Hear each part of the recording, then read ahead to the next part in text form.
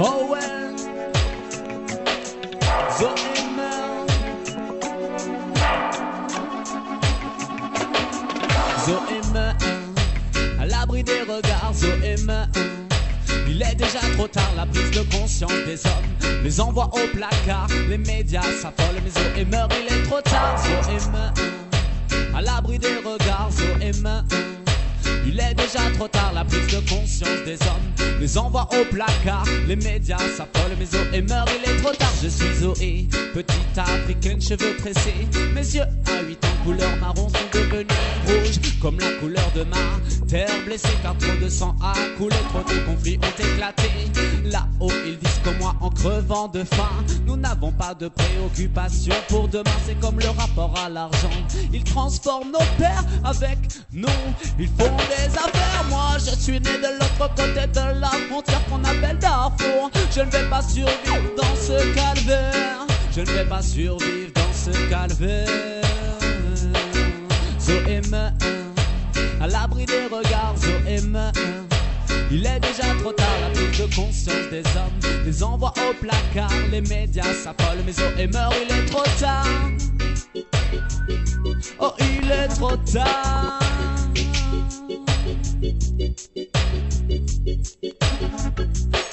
Je suis un humanitaire engagé, révolté, toujours prêt à agir, même face au pire dans cette histoire. J'ai voulu sauver Zoé, ses frères, ses sœurs et tous les enfants martyrs. Mais voilà, nous nous sommes retrouvés dans un piège politico-médiatique. Tchad, France, question d'accord et de fric. Une petite ONG n'a pas à mettre le nez dans la politique. Dans la politique principale, témoin des horreurs, voulant plus que tout aider. Mais quelle est la vraie version des faits? Sont-ils coupables ou piégés par la cruauté? En tout cas dans l'histoire, c'est ceux comme Zoé qui meurent dans l'inhumanité. En tout cas dans l'histoire, c'est ceux comme Zoé qui meurent dans l'inhumanité. Zoé meurt, oh Zoé meurt.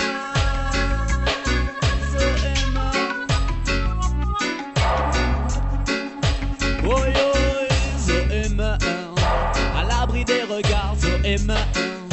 Il est déjà trop tard, la prise de conscience des hommes les envoie au placard. Les médias s'affolent, mais Zoé meurt, il est trop tard. Oh, il est trop tard.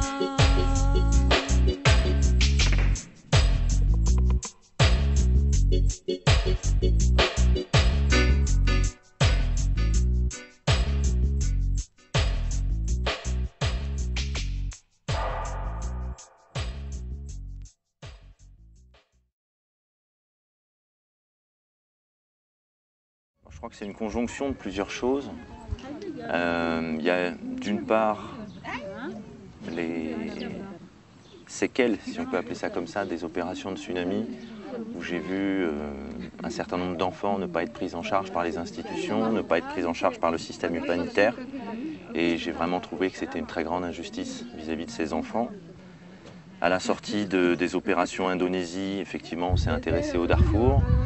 Et l'analyse de la situation nous a montré que la population du Darfour, et surtout les enfants, étaient face à la même injustice, à la même non prise en charge, à la même indifférence générale. Et c'est ça qui a principalement motivé la création de cette opération. Après, ce qui a donné cette forme un peu particulière à l'opération, c'est la mission d'évaluation du mois d'avril, puisque lorsque je suis parti en reconnaissance au Darfour, c'était avec pour projet initial d'aller aider les enfants du Darfour chez eux, tel qu'on avait su le faire en Indonésie, de créer un village d'enfants au Darfour. Il s'est trouvé que la situation là-bas est telle, l'entrave des institutions soudanaises auprès des organisations humanitaires est telle qu'un projet humanitaire d'assistance aux enfants dans leur communauté n'était pas possible. De là est née l'idée de cette mission un peu originale qui consistait à la fois à évacuer des enfants pour les mettre à l'abri, mais aussi pour très clairement montrer au système humanitaire et montrer à la communauté internationale qu'on ne pouvait pas laisser les choses se développer ainsi en toute impunité, en toute indifférence. Ce qu'on veut dénoncer par le biais de cette opération et la façon dont on est en train de la déployer, c'est qu'on veut dénoncer publiquement l'hypocrisie qui entoure le drame du Darfour, comme certains autres drames humanitaires aujourd'hui dans le monde, c'est qu'aujourd'hui on fait semblant d'aider la population du Darfour. Ça fait déjà plus de 4 ans qu'un certain nombre d'organisations humanitaires ou institutions humanitaires comme les différentes branches des Nations Unies sont présentes sur place. Ça ne change rien. On a eu l'exemple précédent du Sud-Soudan où la population a été assistée pendant près de 20 ans. Des millions de gens en sont morts dans une indifférence quasi générale. Officiellement, la guerre est terminée depuis près de 5 ans. Et les gens sont toujours parqués dans des camps de réfugiés, ils n'ont aucun avenir, aucun espoir d'en sortir, et c'est exactement ce qui est en train de se passer au Darfour. Effectivement, la majorité des victimes du Darfour sont toujours au Darfour aujourd'hui, dans des camps de déplacés. Il y a quelques 300 000 personnes qui sont aujourd'hui dans des camps de réfugiés au Tchad, que j'ai visités ici. Quel est leur avenir à ces gens-là? Ils ne vont pas en sortir, ils sont parqués comme du bétail. On entend parfois des organisations humanitaires nous dire que ces gens sont au Hilton de l'Afrique. C'est assez insensé. Et au-delà du simple aspect matériel quotidien, c'est aujourd'hui quel est l'avenir de cette population. Il n'y en a aucun, le drame continue. Les pays occidentaux continuent à vendre des armes, à faire du commerce de pétrole avec le Soudan, et pas que les occidentaux, il y a aussi les orientaux. Voilà, les grandes puissances continuent leur business et laissent mourir dans une totale indifférence la population du Darfour. Et c'est cette hypocrisie-là qu'on veut dénoncer. C'est soit on a décidé de sacrifier la population du Darfour parce qu'il y a des intérêts économiques, parce que ça nous arrange de vendre des armes, d'acheter du pétrole, de faire de commerce avec certains gouvernements, et dans ce cas-là qu'on arrête cette hypocrisie et qu'on les laisse mourir beaucoup plus simplement et beaucoup plus rapidement, ou bien on décide de faire réellement quelque chose, et dans ce cas-là, on ne fait pas semblant de faire de l'humanitaire, on ne parque pas les gens comme du bétail dans des camps de réfugiés.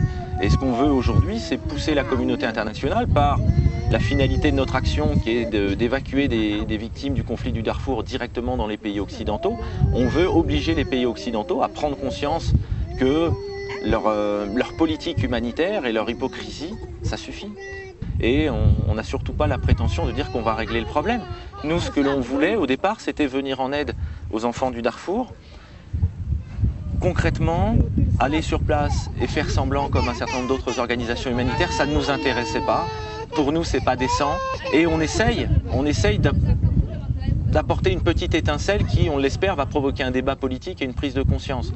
C'est la seule modeste contribution qu'on peut apporter au drame du Darfour. C'est un but politique en fait, transposer, réimporter une partie du problème du Darfour. Exactement, c'est placer les politiciens occidentaux face à une réalité. Et comme plusieurs personnes nous l'ont dit en France, le drame du Darfour en France, ça n'intéresse pas grand monde parce que c'est loin, parce que c'est au milieu de l'Afrique, parce que la grande majorité de la population n'est pas capable de situer le Darfour sur une carte.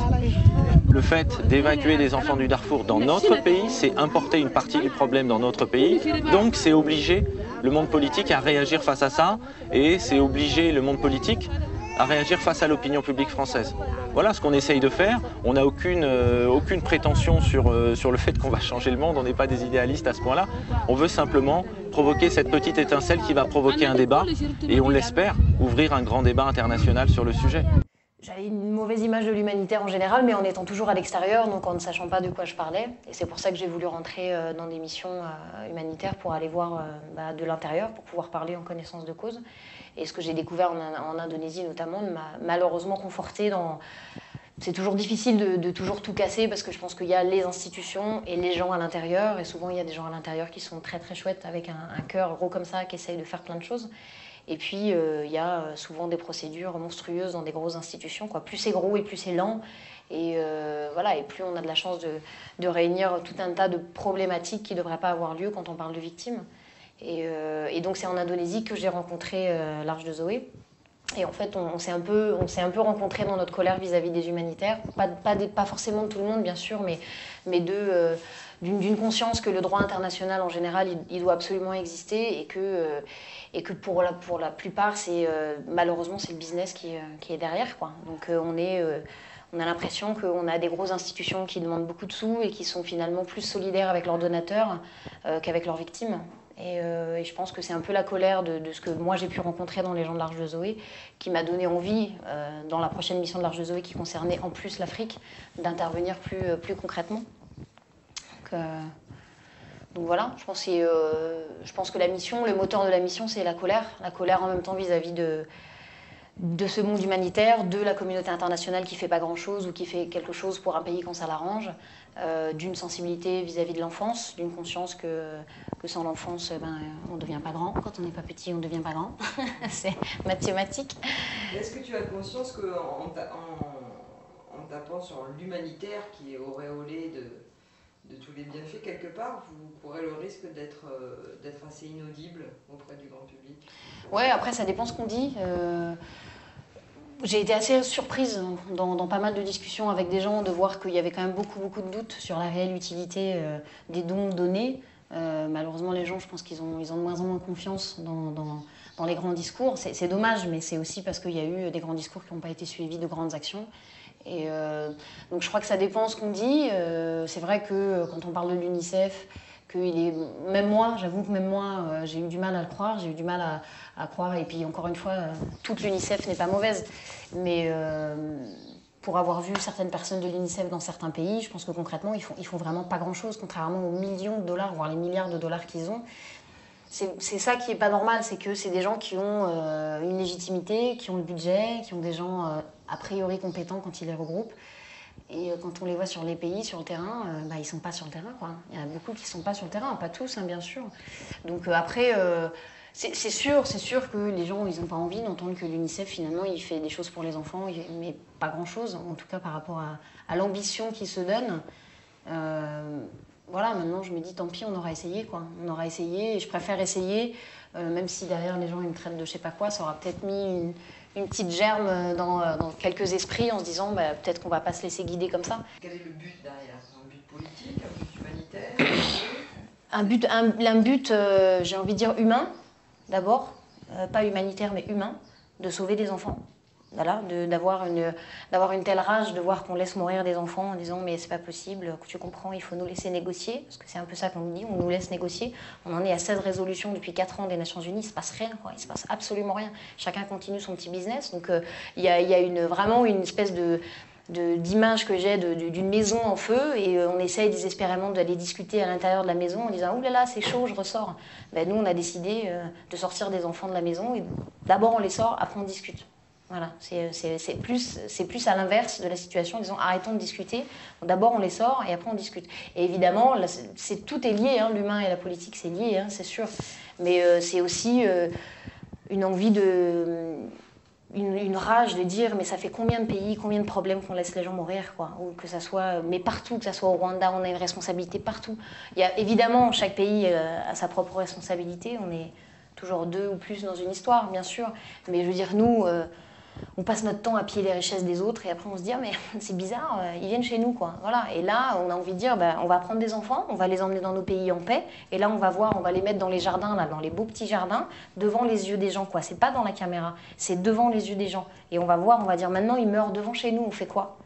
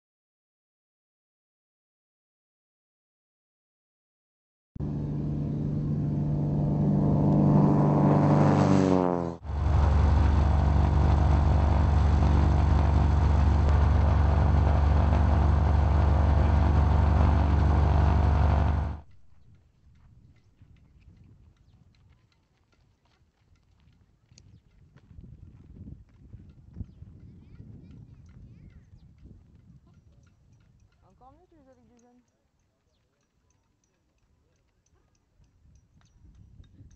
Comme ça et Salam alaikum. il y a 3 orphelins, ni maman ni papa. Ouais. Avec lui, Elle est comme l'empereur D'accord. actuellement là. Ouais. بعد ما تجوا ده لانه انسان طبعا العرف في هيو ده ما اي شيء طبعا العرف. D'accord, ok. Bon, et ben en tout cas, tu Ils leur. sont là pour nous aider. Hein, Bon, et- bah super. C'est surtout qu'ils aident les enfants, c'est le principal. Encore Galgué. nous, ça va. galgué. والأهمية بزيادة كان للأطفال بس كان أنتم مش اللي تهجوا وتفتشون لنا بخدمتكم أنتم عشان أنفسهم. أطفال أن فردون من 0 إلى 5 سنة. انا ما قادر نساعد الملزمه جاب يساعد ساعد يشيلون من هنا يشيلون من هنا أيوة. تمشوا ذات تمشوا ميدانيا في بيوتهم تجلسوا معه تتحققوا معه بعد ذاك يعني تتعاملوا معه. dit que c'est possible, ils sont capables qu'ils nous peuvent nous montrer des porte à porte. كثير D'accord. جابهم في أدري قاعدين يأكلهم يشربهم يأكلوا الدين شفت سي مسك يأكلوا الكل يأكلوا قاعدين يعني كل يوم بيبردوهم مرتين باكلوا 3 يوم في يوم 3 وجبات عادي يعني كده دول يعني أطفال اليتامى مش اللي قاعدين لا أم لا أبو قاعدين مش كده دول بس قاعدين في خطورة وهم يقدروا يشيلوهم يتربون bon c'est lui qui vient au secours des enfants Ouais. là Dieu ne va pas les laisser seuls c'est قال حاليا لا هم سخير بس كان شالوا ده مهما يكلف الامر كله ما يقدروا يخلوه يعني كم مرتين بس يقولوا خلاص يخلوه كده نفسي انت كلمت ده يقدر يودوه ابشي يودوه كان وين كله بتقول لحد كم مصر ولا كم في دارهم فرنسا كله يقدر يودوه يعالجوا مكان العالي كله يقدر يودوه. Et dis-leur, c'est pour ça on a vraiment besoin d'eux, parce que pour nous, il n'est pas question d'enlever un enfant à sa famille. Donc c'est pour ça qu'on doit faire, comme tu disais, un travail de porte à porte, pour savoir qui n'a plus de papa, qui n'a plus de maman, qui n'a plus personne pour s'occuper de lui en fait. Et celui-là, on est sûr qu'on peut vraiment le prendre en charge sans l'enlever à quelqu'un. Nous, on ne veut pas briser des familles, ça c'est sûr. هم كلام ده بيجوا لكم انتوا ويدوروا منكم فكره اناكم ذاتك يعني فكركم ده هم لسه خيره ما يدوروا يشيلوا من امه ولا من ابوه ولا من اهلك يشيلوك ويخلوا الاب ولا الام حزنانه ده ما بكون كلام ده بس يعني معاكم. Okay, so also in the same spirit, in our team we have doctors, we have a very big medical team. But here in the camp, there is already a lot of NGO giving medical care to the population. So if there is somebody, for example, if there is somebody sick in this tent, we cannot ask to our doctor to come here to visit this place because there is already many NGO. There is MSF and there is many medical NGO here. So we cannot do anything for that because our medical team can only work in our children's center, in Adre or in Rashana. If one kid is very, very sick, we can bring him to Abéché because in Abéché we have a clinic, then we can give him a special medical assistance. If we have a kid who is very, very sick or who have a trauma, something like this, we can bring him to France for surgery, for example, in a French hospital. It's possible. We have the logistic to do that. But we have a plane for that. But we don't have the mandate to come here in this camp to give medical assistance because there is already somebody for that.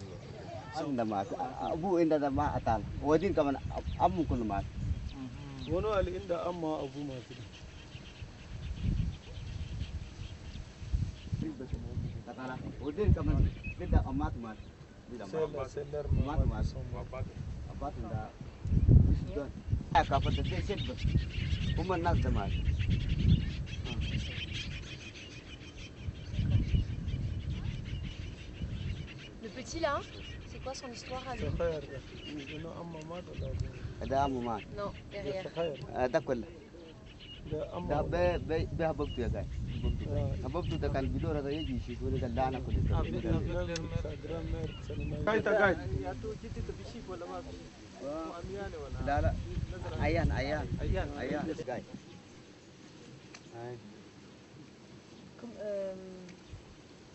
Est-ce que lui c'est un Soudanais ou un Tchadien?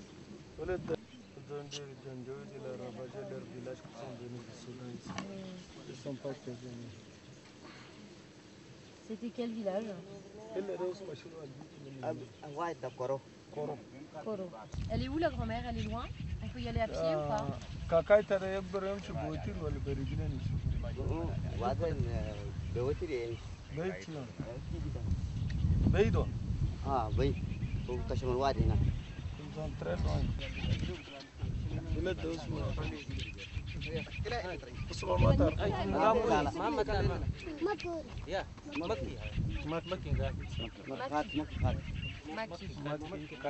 Dans lequel t'as pris? Tu parles du bleu-bleu, hein? Ouais, bleu-bleu. Ah ouais. Maki, c'est ça? 4. Ah, je crois que tu disais 4 ans. J'ai un peu du mal encore avec l'arabe. C'est le nom. Maki 4. Comme ça, d'accord. Quel âge il a, Maki? مكي كم سنة هسه؟ كان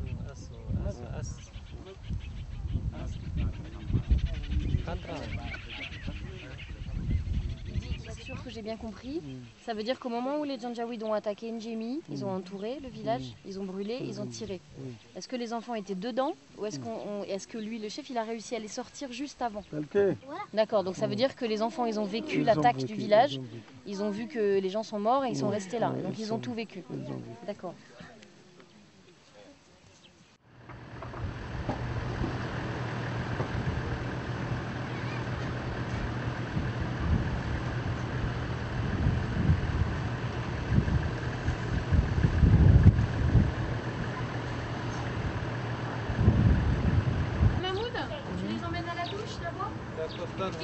D'accord. Avec Abiba.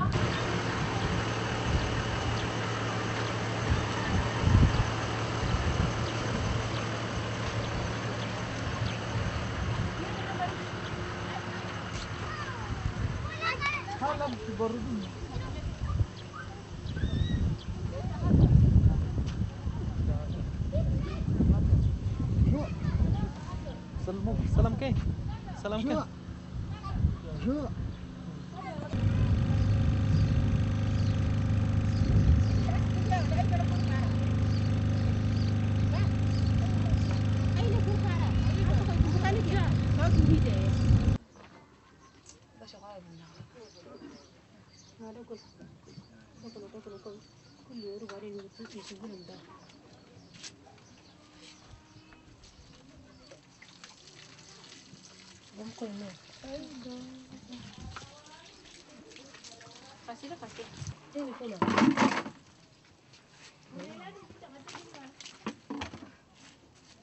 Kala itu mas namun. Dulu kau yang durung gerlem di dengar. Ini di dengar. Dum dumanya. Dum dia ada. Alors, on passe la ménine.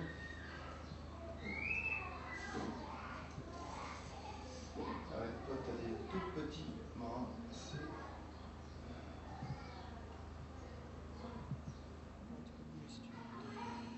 Allez, 152.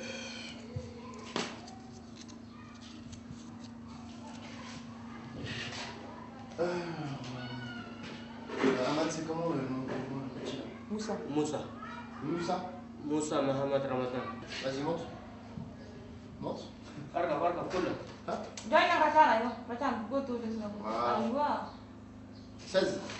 Bien, bravo. Ah. Gurakan, kamu tuh yang kiri. Gurakan. Kamu tuh yang kiri. Allez, mets-toi là. Comme ça.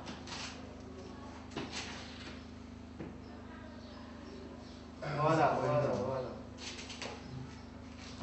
Ini masalah.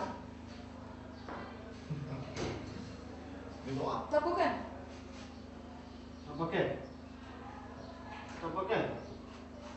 Voilà. Attention.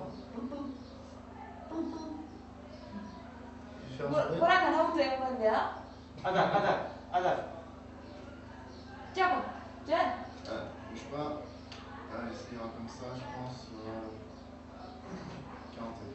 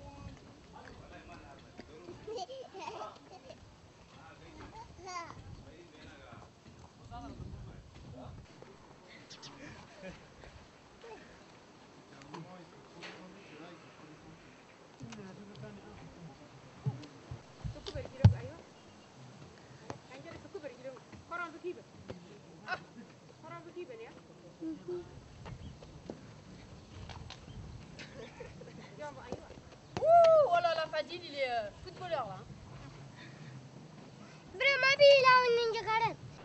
Elles vont suivre.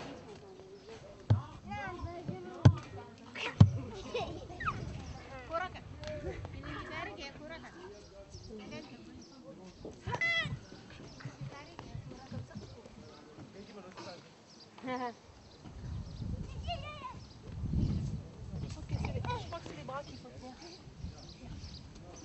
C'est comme ça. Reste-toi. Est-ce qu'il y en a dedans? Peut-être, il y en a dans la cuisine. On va voir dans la cuisine.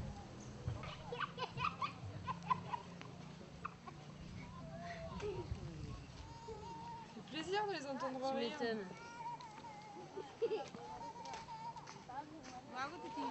Allez, lâche tes culottes.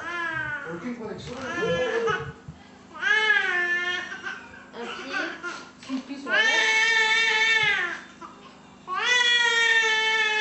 Je t'écarte pas les pieds.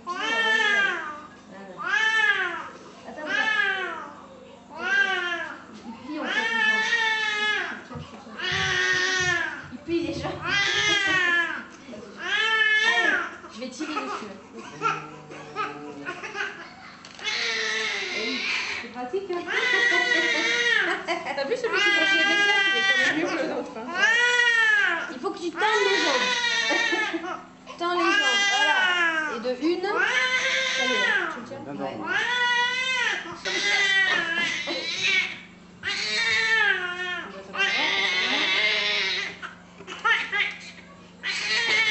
Il a déjà été posé ce matin en plus.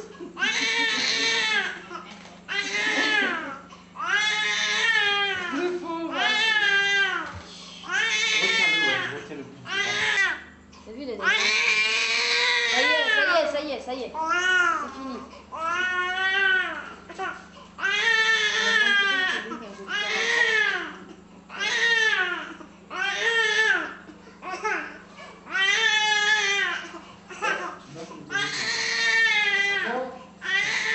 Ça y est. Qu'est-ce que c'est que ces blondes qui me touchent là?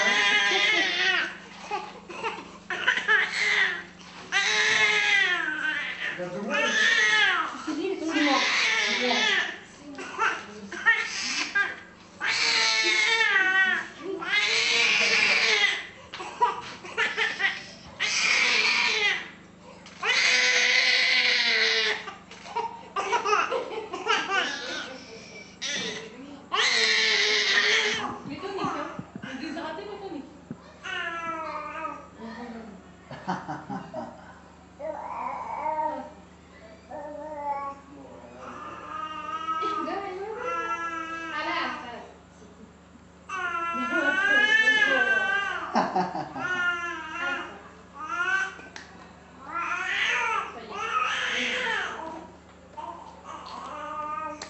À toi. Je viens d'avoir un coup de fil de la base d'Abéché qui a eu des informations par l'armée française à N'Djamena. Apparemment, les rebelles ont contourné Adré. Pour une fois, ils ont fait mieux que d'habitude. Plutôt que d'attaquer Adré de front, ils auraient contourné Adré et ils ont pris la route d'Abéché. Ce qui est positif. Parce que ça veut dire qu'a priori, ils n'ont pas l'intention d'attaquer Adré. Donc là, au moins, on est à l'abri pour ce soir et demain. Par contre, l'armée française nous demande d'éviter tout convoi terrestre. Donc on verra demain matin si ces informations sont confirmées sur le terrain et confirmées par l'ANT, auquel cas le convoi sur Ferchana sera annulé. Et puis si c'est pas le cas, on garde le plan qui était prévu, si on peut partir un convoi à 7h.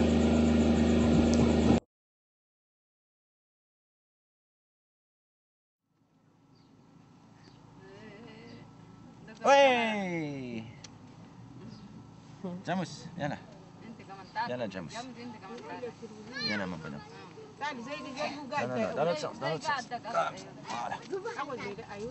allez mets tes mains comme ça vas-y hop comme ça allez vas-y top top hop ok top ça vas-y top non tu top ok vas-y oui hop non donne tes mains comme ça top vas-y oui top top top ouais. Ces enfants sont les premiers réfugiés du Soudan qui ont été extraits dans ces 3 derniers jours et qui ont été rapatriés sur notre base. Ce sont les premiers enfants qu'on a réussi à mettre en sécurité. Donc ça, c'est déjà une très très grosse victoire. Malheureusement, beaucoup d'entre eux ont vu leurs parents mourir sur des attaques de village. Et pour la plupart, ils sont tous orphelins des 2 parents. On a quelques vilaines histoires d'enfants qui étaient sur le dos de leur mère quand elle a été tuée, etc. Donc un passé très douloureux, pour certains encore à fleur de peau, parce que tous ne sont pas dans un très très bon état psychologique. Mais on va faire ce qu'il faut pour les rassurer. Donc ce sont des enfants qui ont besoin de beaucoup d'attention. Dans l'immédiat, ces enfants, on les met à l'abri, c'est pour ça qu'on les a extraits des zones de danger du Darfour. On les met à l'abri, on vérifie leur état de santé, on leur donne les soins médicaux nécessaires. Et puis ensuite, dans quelques semaines, lorsque nous aurons réuni suffisamment d'enfants, on organisera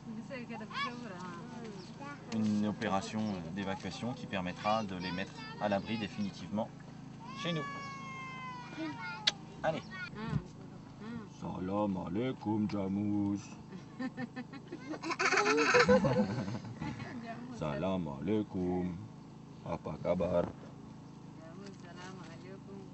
Waalaikum salam. Hai, Ami. Waalaikum salam. Saya tak gaitin. Bisous, bisous. Dak Jamus mereka.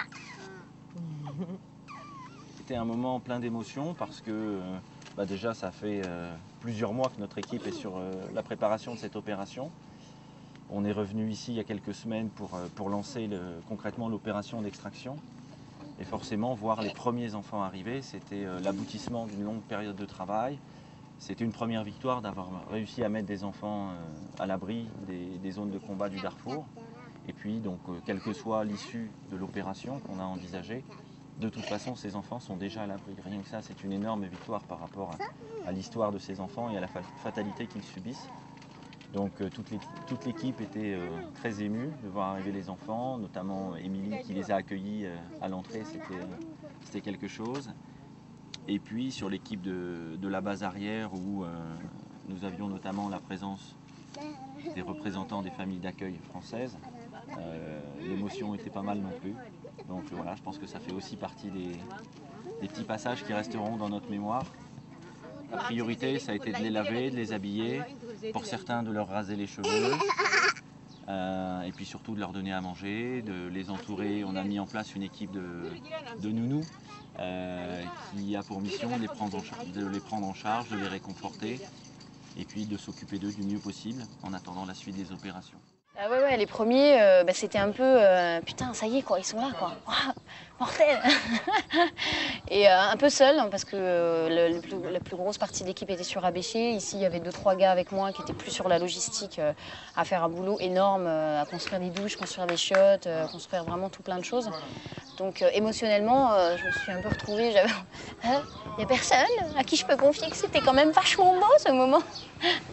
Mais non, super contente. super contente parce qu'on a monté quand même tout ce projet pour des enfants. Donc les premiers qui sont arrivés, on s'est dit, il y a une porte qui s'ouvre, quoi. Voilà, la porte s'est ouverte. Et alors les enfants, j'imagine qu'au début, ils sont arrivés, ils n'étaient pas aussi détendus. Ah ouais, non, ils étaient tout penauds. Enfin, ils n'étaient pas penauds, ils étaient, je sais pas, tristes, impressionnés, complètement éteints, quoi. Complètement éteints. Le premier jour, on les a mis, donc là, il y a des tentes, on met à peu près 2 mamas, 2 femmes qui s'occupent de 9 enfants dans chaque tente. Ils étaient dans la tente, ils s'étaient assis dans la tente et ils bougeaient pas, quoi. Donc voilà, et puis au fur et à mesure, on les a à peine sollicités, quoi. On a mis des jeux de temps en temps, et puis au fur et à mesure, ils ont été curieux, ils ont venu nous voir, et c'est vrai qu'en une semaine, le changement, il est super, quoi. Voilà, il est super beau, il est super beau. Surtout, il y a quelques gamins qu'on a vus spécialement tristes et qu'on voit spécialement heureux. Donc voilà, de dire le sourire d'un enfant, ça n'a pas de prix, c'est clair. Le sourire d'un enfant, ça n'a pas de prix, quoi. Là, ils viennent tous du Soudan. Ils viennent tous de l'autre côté. En fait, on est à la frontière. On est le village, il y a un fleuve qui sépare le Soudan du Tchad. Donc ils viennent de l'autre côté, juste de l'autre côté. Il y a un village qui est en fait représentatif du canton, qui a je ne sais pas combien de villages, en fait, le canton. Et ces enfants viennent de là, en fait. Moi, c'est de là que j'avais des contacts avec eux. Donc ils sont venus la première semaine. Ensuite, il y a eu des soucis avec le gouvernement soudanais qui a appris qu'on était là, qui a réuni par 2 fois toutes les populations dans la mosquée en disant qu'il ne fallait pas que les enfants s'en aillent du Soudan parce qu'on était des mangeurs d'enfants, qu'on allait vendre des enfants et qu'on n'était pas une école coranique. Donc on n'avait pas le droit de prendre des enfants. Donc voilà, pour l'instant, le chef du village, là, ça fait 2-3 jours qu'il n'est pas revenu parce qu'on a décidé de calmer un peu. Lui, il reste confiant, il me dit oh, ça va se calmer, ça va se calmer. On verra bien, on est dans l'expectative, quoi. Il y a d'autres endroits, on a d'autres contacts, donc, mais de ce côté-là, là, juste de l'autre côté de la frontière, pour l'instant, on attend. Là, il y a 1 ou 2 cas d'enfants qui sont avec leur oncle. Les parents ont été tués par les Janjaweed. L'oncle les a repris, mais en fait, l'oncle ne s'en occupe pas. Un jour, c'est la grand-mère d'une autre de ses femmes, parce qu'ils ont plein de femmes. L'oncle a déjà 12 enfants, plus 3, ça fait 15. Et en gros, il ne s'en occupe pas du tout, quoi. Donc voilà, il veut les abandonner. Et pour nous, pour l'instant, on est en réflexion de savoir si ces gamins, on va les évacuer ou pas. Pour l'instant, on n'a pas pris la décision. C'est une décision qui est lourde et qu'on ne prend pas comme ça en 2 jours. En tout cas, ce qui est sûr, c'est qu'ils sont ici. Au moins pendant le temps qu'ils sont ici, ils mangent à leur faim et ils sont lavés tous les jours et ils jouent. Mais concrètement, on a 2-3 cas comme ça. Bon, il n'y a pas de parents, mais il y a un oncle ou une tante qui ne s'en occupe pas du tout. C'est à 65 km. Ouais. Les réfugiés ils sont à 35 km des Bahai. Au sud, là? Oui. D'accord. Ils viennent pour faire les marchés au Bahai, comme ça on va les sensibiliser. D'accord. Et après, ici, il y a quelque chose qui va nous ramener les enfants. Donc lui, il dit que là, ici, le Tiné, Iriba, Bahai, tout ça c'est plein de réfugiés soudanais. Tout ça c'est la région des Agawa. Et qu'il dit qu'il y en a ici à Biltine, c'est ça, si je me trompe. À Biltine, ils sont déjà dans des camps ou ils sont livrés à eux-mêmes? Ils ne sont pas, il n'y a pas de camps. Ils sont livrés à eux-mêmes, d'accord. On va les voir, on va les demander aussi à Biltine pour sensibiliser, on va les trouver aussi un truc, on va l'amener ici à pêcher. D'accord. Un Tiné, ça reste un objectif prioritaire, oui, parce que c'est sur la frontière, Tiné-Tchad, Tiné-Soudan. Oui. Faire une évaluation rapide de la situation sur le Soudan, sur Tiné-Soudan et sur toute cette partie du nord Darfour. Oui. Et ensuite, les faire passer sur Tiné-Tchad et de Tiné-Tchad, louer des véhicules pour ramener le plus vite possible sur Abéché. Oui. N'oublie pas les critères qu'on rappelle depuis le départ. Ce sont obligatoirement des orphelins de père et de mère, des 2 parents. Ce sont des enfants qui doivent avoir moins de 5 ans, entre 0 et 5 ans. Tu te rappelles le critère pour évaluer les enfants, pour être certain qu'ils ont plus ou moins de 5 ans? Tu te rappelles de ça? La dentition avec les dents de lait ou les dents d'adulte. C'est une barrière où là on sait si l'enfant il a plus de 5 ans ou moins de 5 ans. Parce que souvent, on a eu le cas, les chefs de village ne connaissent pas l'âge exact. Oui. Toi, en regardant ce critère médical, oui, tu peux déterminer l'âge et tu sais si tu peux considérer que l'enfant il rentre dans les critères ou pas. Émilie va te faire un formulaire de questions à poser à chaque fois au chef de village sur l'origine de l'enfant, sur son histoire, qu'est-ce qui s'est passé dans son village, comment ses parents sont morts. Tu auras plein de questions comme ça, toutes les questions qu'on pose habituellement. Comme là, vous allez le faire sans nous, on vous fait un formulaire tu suis les questions du formulaire, tu marques la réponse et pour chaque enfant, on veut le formulaire avec les réponses plus l'attestation. Ça fait un dossier complet. Quand tu as le dossier complet, l'enfant il peut monter dans le véhicule et il peut être amené à la base. Si un enfant il arrive sur la base sans le dossier complet, si on n'a pas l'attestation ou si on n'a pas les réponses sur l'historique de l'enfant, on ne va pas pouvoir l'admettre dans le centre. Donc c'est vraiment important que toi et Sambo, vous respectiez bien le formulaire et surtout l'attestation du chef. Et le chef, c'est comme d'habitude, soit le chef du village, soit le doyen, soit le chef de canton, hein, et trouve une de ces trois autorités qui a aussi un tampon pour faire tamponner l'attestation. Voilà. C'est vraiment important en termes de procédure. Si on veut que les enfants puissent être admis dans de bonnes conditions au centre, il faut que le dossier administratif soit en règle. Sur Built-in, ils ont déjà passé la frontière. Donc ce n'est pas un souci, tu peux les ramener facilement sur Abéché. Ensuite, donc ça c'est la première équipe, toi et Sambo.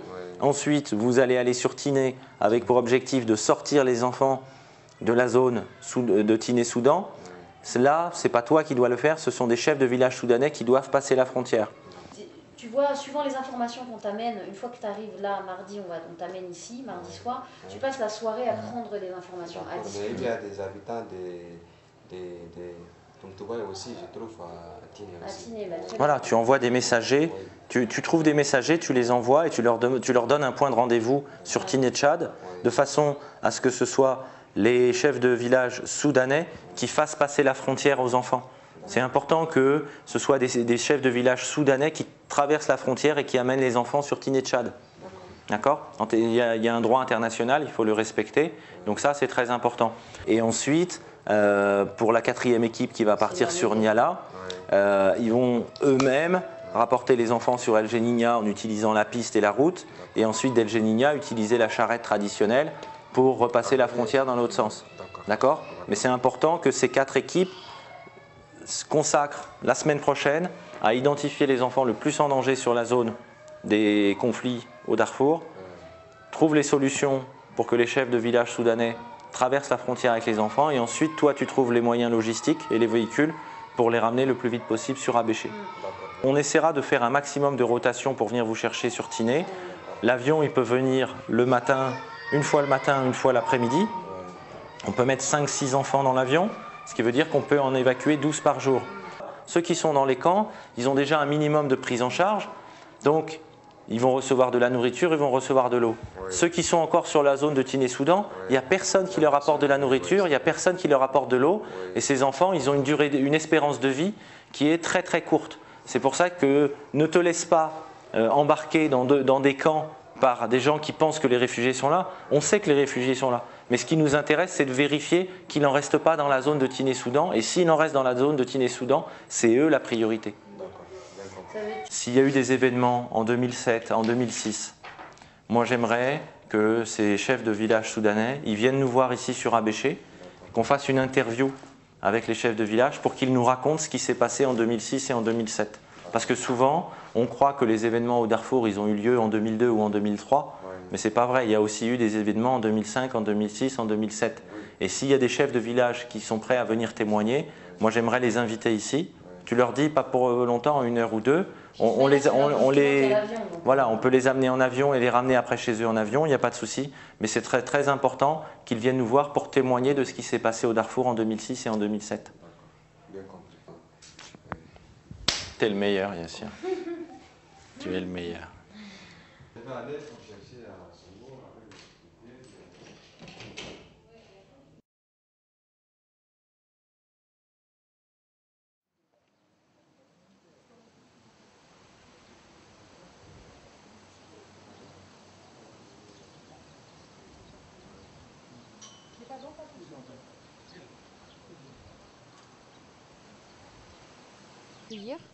Dans quelques mois, mais d'abord la priorité c'est ceux qui n'ont plus du tout de famille, plus de papa, plus de maman, plus d'oncle, plus de tante.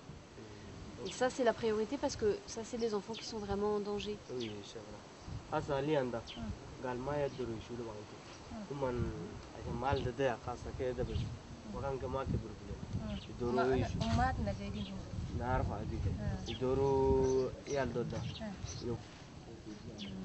انا قاعد انا ذاته ولا عندي ولا عندي ابو لا عشان انت كده انا هلاك داري انت داري كبيرة، ما انت عيالي هم يتكلموا ولا ما الاطفال كده ما زي ده عشان كده قلت عيالي الصغار ده قالوا pour elle.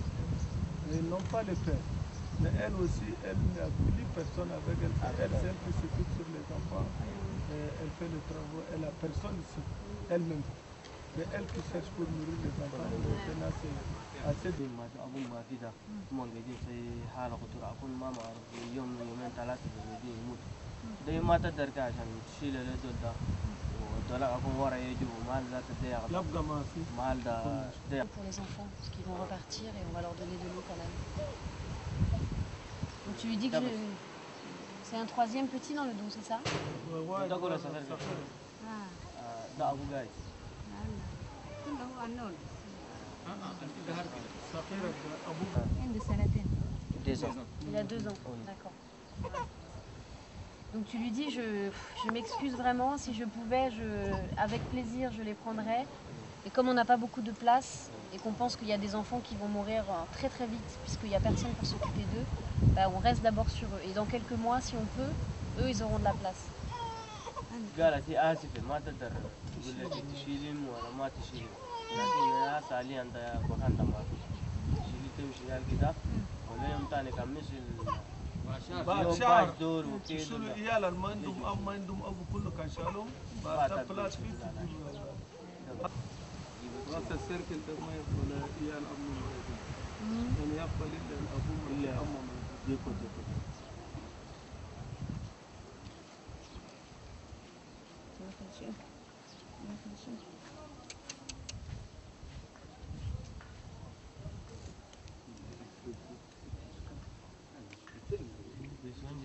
Sasa Uganda, Misri, Zaire, Misri, Rwanda, Misri.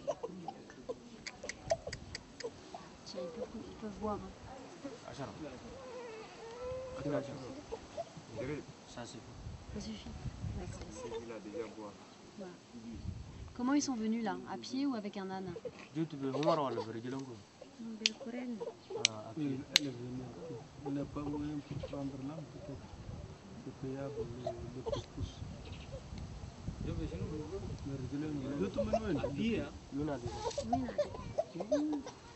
Comme 12 km. Combien c'est l'âne pour repartir là-bas? منين تاجر مثل عمر ولا كرة كم منين كان تاجر كرة ولا عمر تقبل فريش ما عندنا ما أذكرنا لا لا مثل كان تجارة قال لي تنتي 500 ريال تاجر تقبلوا بعد شهر ولا كده كان ولكن انتوا كم مشيتوا هناك كمان شغل المهم ده شنو؟ لناس بلغوا الناس برا في البرا ده وروم ناس الفاجين ام ويارا الصغار ده ما عندهم اب وما عندهم ام ده يجيبوا ليه يا خليه بعدين انا كله يقبلوا Moi ça? Il y a combien là? 2500 voilà. Avec ça elle prend l'âne. Elle va rentrer dans ce village avec l'âne. C'est la grand-mère ou la voisine qui s'occupe d'eux? العيال دول ده كاكايتم بكربام ولا انت جارتم بس كربام؟ جدتهم يا عندهم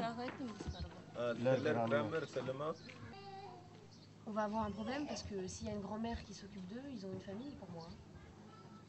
La grand-mère, c'est très très important pour un enfant. C'est très très important.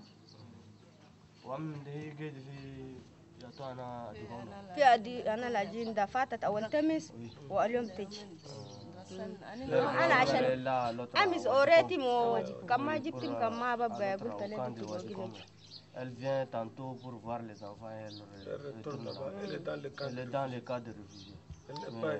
C'est celle-là qui prépare à manger à ses soeurs. C'est celle-là qui prépare à manger, c'est ça. D'accord. Donc en fait, il y a des réfugiés tchadiens de l'autre côté. C'est pour ça qu'elle est de l'autre côté. Déplacée. Depuis combien de temps elle est déplacée, la grand-mère, là-bas?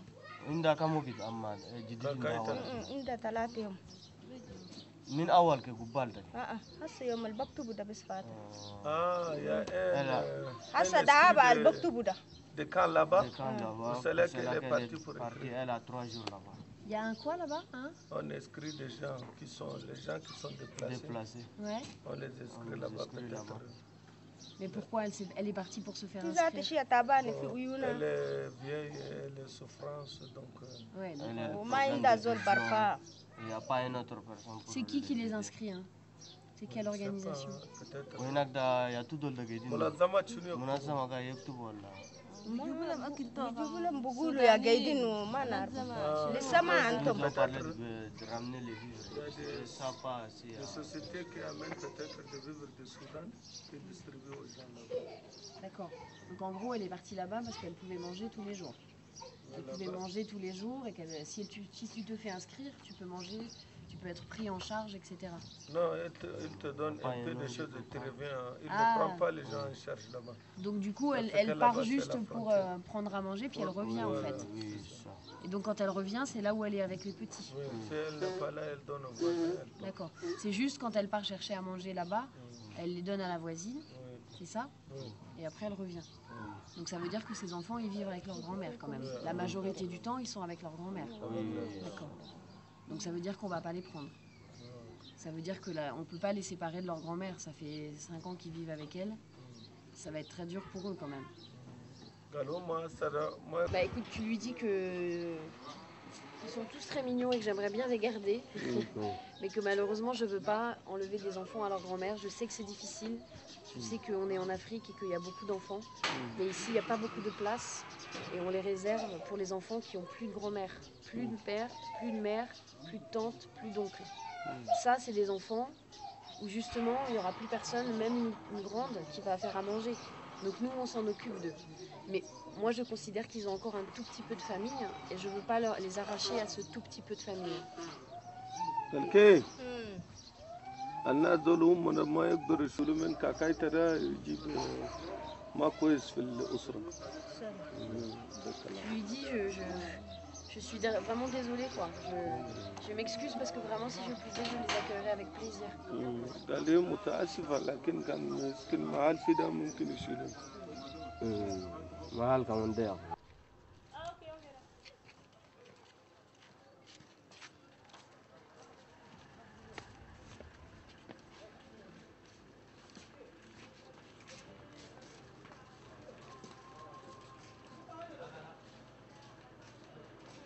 Donc pour l'instant, les enfants qui sont ici vont rester dans cette pièce avec Nidjeme et ils vont jouer pendant qu'on discute avec le chef. D'accord.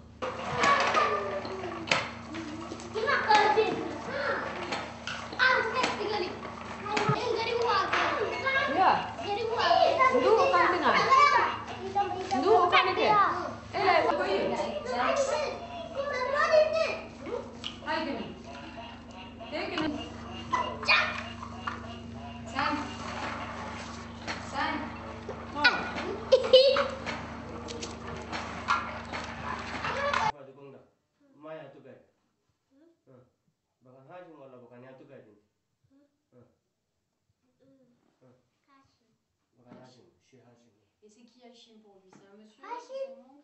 Oh, Hachim, pas d'élection. Pas d'élection. C'est le chef? Hein? C'est pas pour lui? Donc ça veut dire que c'est pas... Chez Maya Galaxy. Chez Maya Galaxy. Il n'est rien pour lui. D'accord. Est-ce qu'il connaît sa grand-mère? Oui, une date qui dit ça.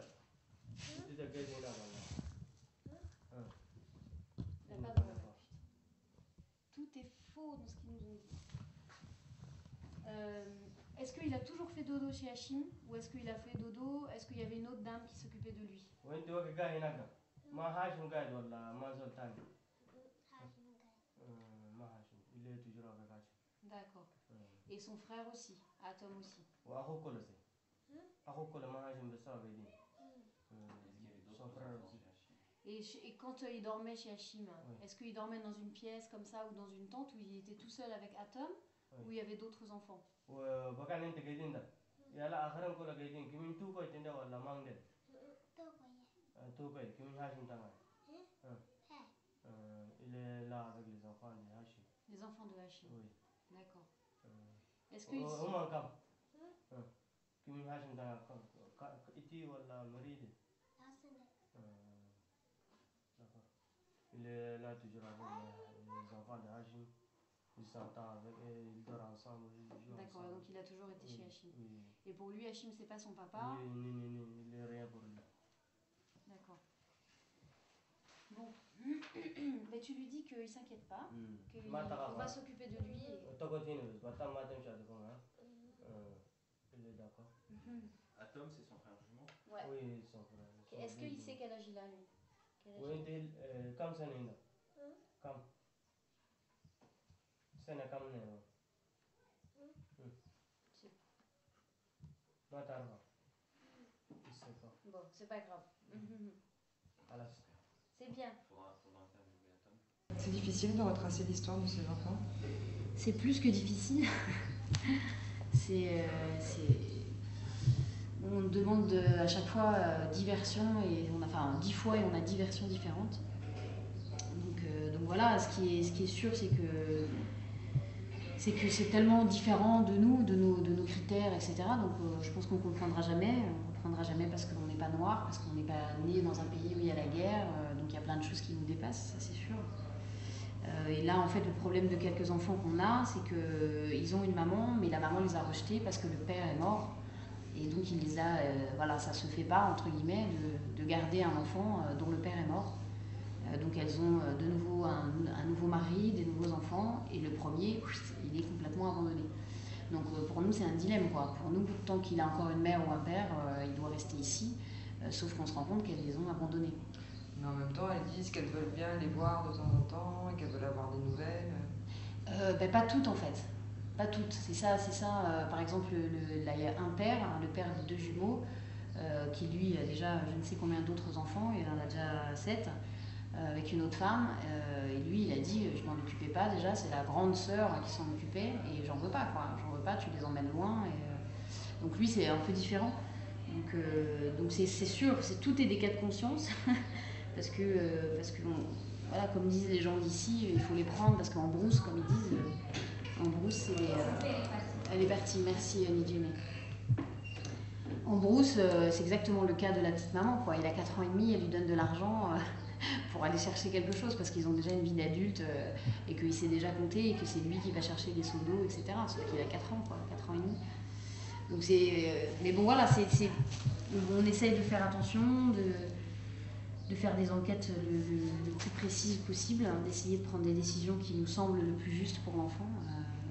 Je pense que des erreurs il y en aura, on n'est pas des surhumains, et on va essayer de les minimiser, on va essayer de comprendre ce qui est mieux pour l'enfant. Là, le cas des enfants que j'ai demandé, je les ai fait aussi, c'est des enfants qui ont 5 ans, donc c'est des enfants qui savent parler, qui ont 4 ans, 5 ans. Et tous, quand on leur pose la question, ils disent j'ai pas de père, j'ai pas de mère, je suis abandonnée, je veux rester ici, quoi. Je veux pas retourner à Wadikon, qui est le village de l'autre côté de la frontière. Donc voilà, on sait pas encore, et on va continuer à enquêter. Et voilà, on prendra, on espère, la décision qui sera d'abord bonne pour l'enfant. Et on verra bien.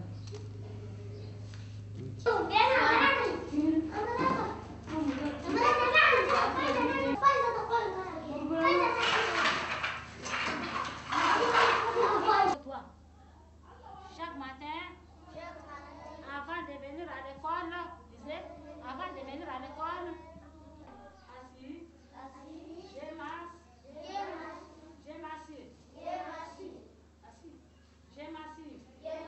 debout, je me lève, assis, je m'assieds, bonjour maîtresse, bonjour maîtresse, bonjour maîtresse. Raconte-moi du début de la journée à la fin de la journée. Oui. Okay, vous êtes partis ce matin. Oui, nous sommes partis ce matin.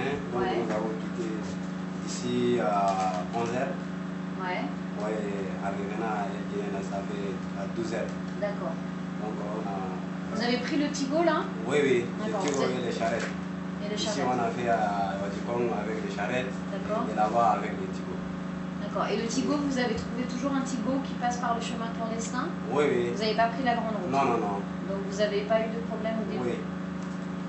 Donc nous avons descendu à Etinena et puis nous avons pris la route du village à Ardamata. D'accord. Donc tous les agents sont en fête quoi. Ouais. Ah oui, la fête du Soudan, Oui, la oui. fête du Ramadan, elle dure 7 jours au Oui, Soudan, c'est donc ça? elle dure 7 jours. Ah ouais, d'accord. Ils ont descendu auprès de Wadi. Ouais. Donc dans le village, on a trouvé pas assez de gens. D'accord. Donc on a trouvé un petit comme ça. Et Ardamata, c'est où exactement? C'est par rapport à El Génina? Ardamata, oui, c'est au sud quoi. Au sud. Voilà, au sud d'El Génina. D'accord.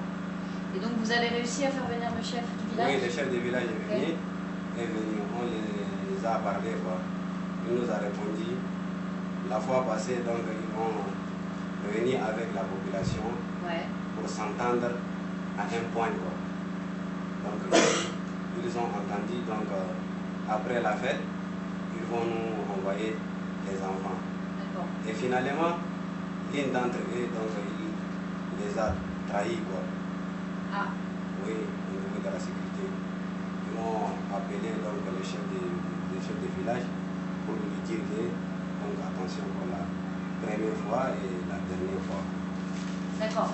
Donc ça veut dire que dans le village, oui, il y a des orphelins? Oui, il y a des orphelins, 5 orphelins là. 5 orphelins? Oui, c'est ça. Et qui voulaient les faire venir? Oui. Sauf qu'il y a une personne du village qui a prévenu? Il a pu venir donc à lancer la sécurité, oui. Soudanaise. Oui, soudanaise. Et la Donc, ils ont appelé le chef de village pour lui avertir quoi.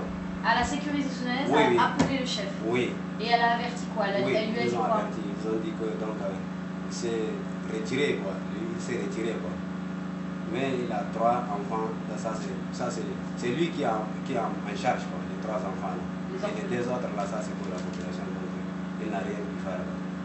Donc les 3 enfants là, ici, il nous a dit donc il ne faut jamais se presser. Donc d'ici 2 jours ou 3 jours, donc je vais vous envoyer si ici c'est vraiment, donc pour vous-même c'est un peu risquant quoi. C'est un peu risquant, il ne faut pas se presser. Mais moi je peux faire tout moyen, je peux envoyer ces 3 enfants. D'accord. Oui, donc c'est pour cela que on a dit, donc si c'était comme ça là, il ne faut pas vraiment avoir avec des gens, donc ils vont te trahir demain ou quoi ça là. Donc il faut faire de ta manière quoi. Tu peux faire tout moyen pour amener ces enfants. Et ça c'est moi qui ai en charge les 3 enfants. D'accord. Il n'y a pas un que si vous voulez me demander, ça c'est mes enfants. Si moi je peux faire n'importe quoi même, ça c'est à moi. D'accord. Oui. Ces enfants, c'est les orphelins, mais il les a pris en charge? Oui, il est en charge, oui. C'est ça. Ensuite, Amdouen, ça c'est le village où tu avais appelé hier. Oui. Et là c'est pareil, il y avait des problèmes avec la sécurité. Oui, c'est ça. Donc il a tenté vraiment de regrouper ces 10 enfants comme ça. De regrouper 10 orphelins, d'accord. Et qu'est-ce qui s'est passé alors? Il a fait monter sur le véhicule. Donc il est venu au niveau de la barrière, là où vraiment les agents de sécurité qui sont là. Donc ils ont demandé que cet enfant-là va faire partie. Donc il a dit non, nous voulons aller vraiment rendre visite à nos parents. Donc non, c'est pas dans ces cas quoi. Donc il faut aller vraiment au niveau des chefs de sécurité là. Il faut qu'ils doivent délivrer un papier. Et si c'était comme ça, nous on va te laisser là. Sinon on ne sait pas où est-ce que tu vas faire partie. C'est pour cela que je vais regagner. Mais on a rencontré avec lui, il nous a dit vraiment ici là c'est trop, c'est contrôlé quoi. Donc moi de toutes les façons je peux chercher en ligne. Donc moi je les ai orientés, si c'est comme ça il ne faut pas prendre ces endroits. Ces endroits là c'est beaucoup de risques. Mais il faut faire au glané comme ça, vers les glanés par ici. Nous on va te rejoindre ici vers les glanés. D'accord. Ces enfants qui sont orphelins, à un moment donné, ils ont une famille. Et c'est ce que j'ai dit à Mahmoud et Adoum qui sont partis sur la Génina hier. Il faut penser que c'est peut-être vos enfants, malheureusement. C'est peut-être mes enfants. C'est ça. Je veux dire, la vie peut disparaître comme ça. Et ces enfants, ils n'ont pas demandé à naître, ils n'ont pas demandé à être dans un pays en guerre. Et c'est bien que de temps en temps, on n'oublie pas les enfants, que nous aussi on a été enfants et que pour devenir grands, c'est bien parce qu'il y a des gens qui ont fait attention à nous. Et maintenant que c'est nous qui sommes grands, c'est à nous de faire attention aux petits.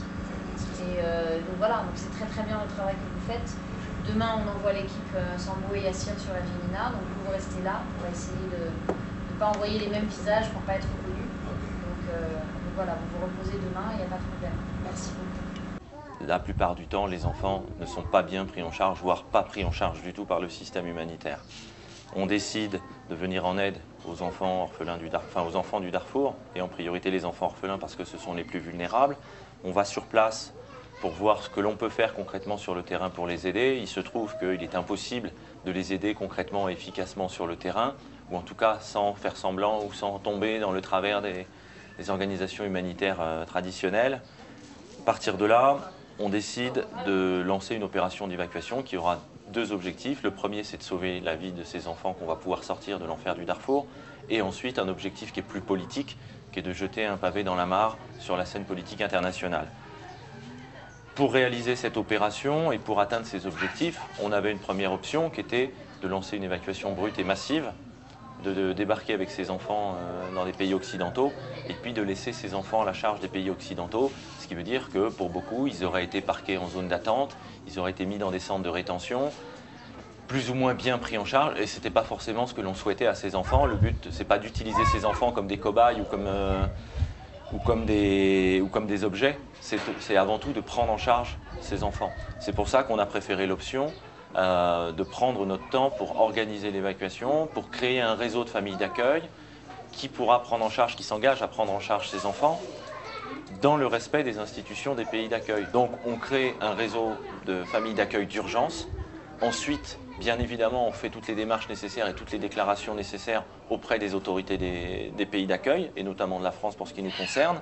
Ensuite, c'est aux services sociaux français de suivre ces enfants, d'assurer un suivi dans les familles d'accueil, d'assurer un suivi de la bonne prise en charge de ces enfants, éventuellement de prendre des mesures correctives si nécessaire. Donc on n'a pas l'impression de jouer les apprentis sorciers. On utilise... rien de ces familles. Mais ces familles se sont engagées à assurer un accueil d'urgence bénévole pour des enfants victimes de la guerre au Darfour, ce qui est déjà une très bonne chose, ce qui est déjà une marque de bonne intention. Après, ce n'est pas à nous d'en savoir plus sur ces familles, on n'a pas à mener des enquêtes, on n'est pas les services sociaux français, on n'est pas là pour se substituer au pouvoir public français. Ce qui est sûr, c'est que nous, on a trouvé une solution qui, premièrement, permet de garantir aux enfants un bon accueil et une bonne prise en charge dans des familles. Deuxièmement, que cette solution, elle est financièrement neutre pour l'État français, puisqu'on ne place pas ces enfants à la charge de l'État français. On a trouvé des gens qui s'engagent à subvenir à leurs besoins matériellement, affectivement, médicalement, etc.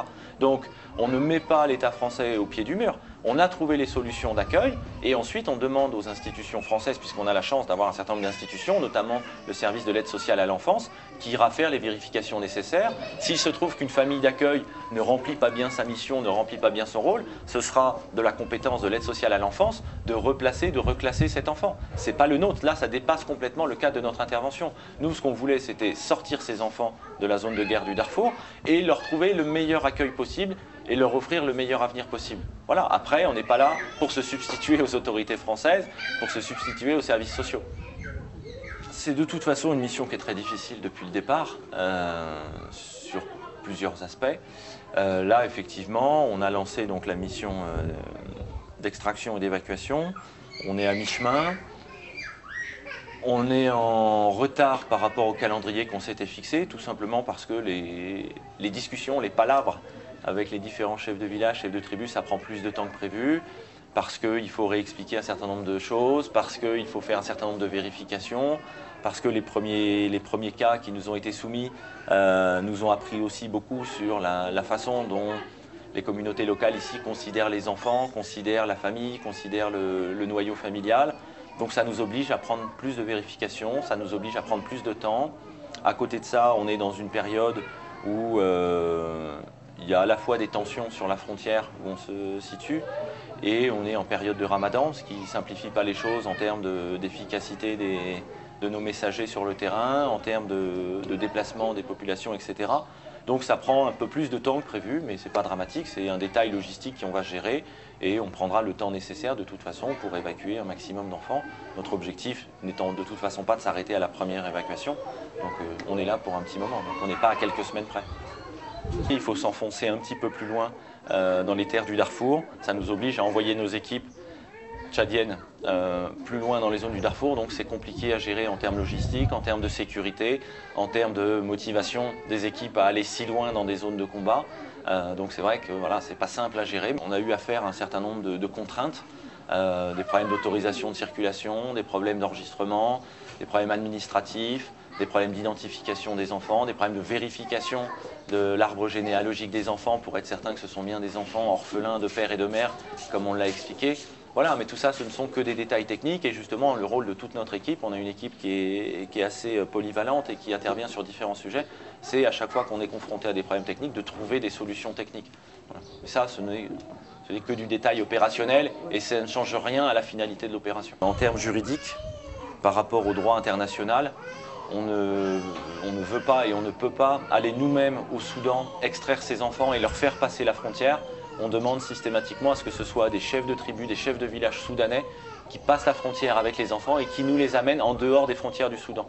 De telle sorte qu'on ne puisse pas nous reprocher après d'avoir enlevé ces enfants du Soudan. On veut que cette opération de passage de frontière soit faite par les chefs de communauté soudanais, par les chefs de village du Darfour. Et là, on a légitimité à les recueillir une fois passé la frontière et à les évacuer dans l'endroit où ils seront le plus en sécurité. Le gouvernement français a été informé de nos opérations depuis un certain temps, depuis le mois de mai. Il n'a rien fait pour nous en empêcher. Il n'a rien fait, il n'a pas essayé de nous en dissuader, ils n'ont pas essayé de nous empêcher d'agir. Donc, qui ne dit mot consent, et pour l'instant, on n'a pas de signe qui montre qu'ils vont tenter de nous en empêcher. Au niveau du gouvernement tchadien, à aujourd'hui, bien évidemment, ils ne sont pas au courant de nos opérations, même si on est déployé sur le terrain, ils ne sont pas au courant de la finalité des opérations. Et pour ce que l'on en sait, en tout cas des discussions qu'on a pu avoir avec des politiciens ici, le sort des enfants soudanais, visiblement, ne les intéresse pas trop. Et le fait qu'on évacue des enfants soudanais en France, en Chine ou n'importe où, je pense que ça leur fera ni chaud ni froid. Après, ce que l'on ne mesure pas encore, c'est quelles vont être les réelles conséquences politiques de notre action et quelles seront les retombées médiatiques. C'est aussi ça qui va nous permettre ou pas de continuer les opérations et de continuer les évacuations. Des gens qui voudront critiquer, on va en trouver plein. On a déjà eu pas mal de petites aventures en France avant notre départ, puisque donc, une branche du ministère des Affaires étrangères nous a accusés de trafic d'adoption. Ensuite, on sait que toujours via le ministère des Affaires étrangères, une enquête a été ouverte pour dérive sectaire. On a appris récemment qu'une autre enquête allait être ouverte ou était ouverte pour escroquerie. Donc voilà, on va inventer tout un tas de prétextes pour essayer de démonter cette opération, ce qui est dommage parce que ça risquerait de décentrer le débat. Mais c'est aussi une stratégie politique. Hein. Quand on n'a pas envie de répondre au sujet politique, on peut essayer d'allumer des contre-feux, de nous accuser de tout un tas de mots pour ne pas être obligé de répondre à la question essentielle. Qu'est-ce qu'on fait concrètement pour arrêter le drame du Darfour ?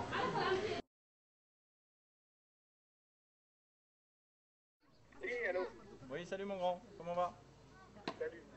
Ouais, ça va. J'ai essayé de te joindre plusieurs fois. Oui, je sais, c'était un peu compliqué, mais notre cabine téléphonique ne marche pas super bien, donc... D'accord. Alors explique maman. Et surtout que là, on a aucun local, quoi. C'est pas grave, je vais apprendre à parler massalite en un quart d'heure. Tu peux aller chercher une maman qui parle massalite, s'il te plaît, pour qu'on leur explique où ils vont, là, parce que nous, on va pas bien y arriver. Non, on peut pas avoir des petits plastiques là sur le ventre. Là. C'est sur ça, ils le mettent sur les genoux. De toute manière, quand ils vomissent pas derrière eux, ils vomissent devant eux. On met le plastique, ok? Moi j'ai des sacs sur moi. Pas normal.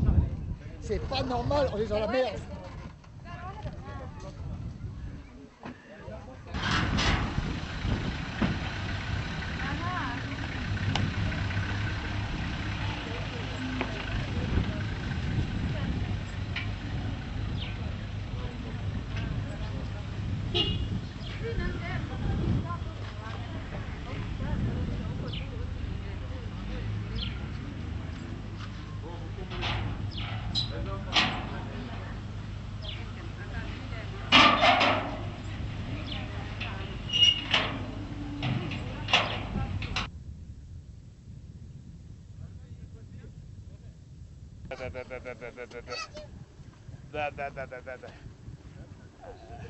Il en manque un? Oui, il est là.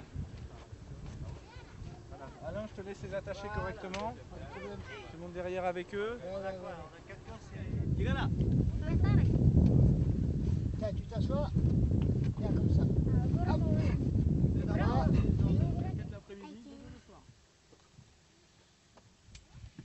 Ouais. Allez, on est parti.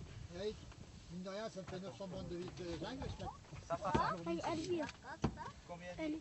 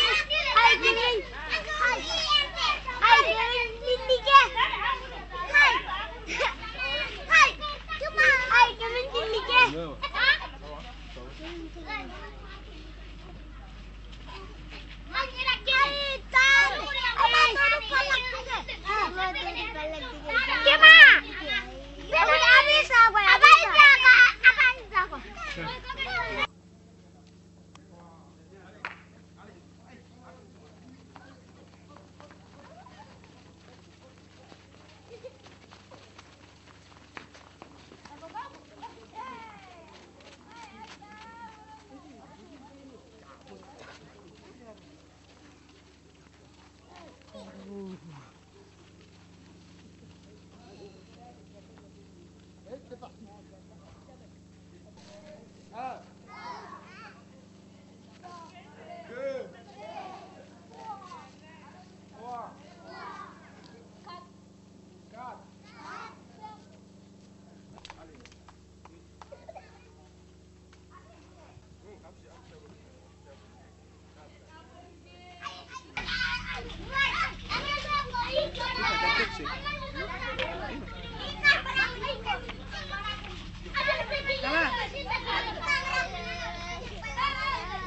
那个钱呢？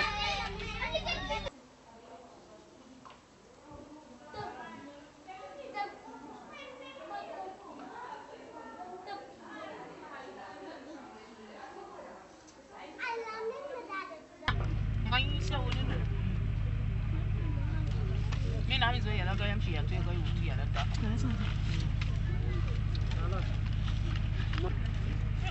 عشان بيشرب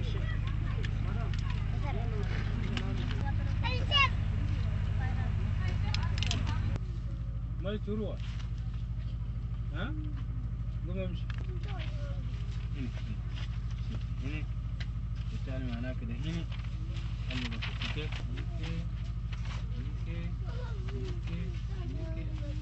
خلاص سي كده شوف سي كده شوف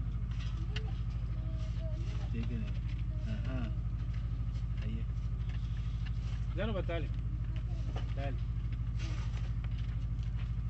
تعالى قولي في جنبي تعالي بنيتي اوه ماما عدي يا عدي عدي على علي تعالي هنا قومي ماما عدي انت ما عدتيها ها بنيتي ما تدري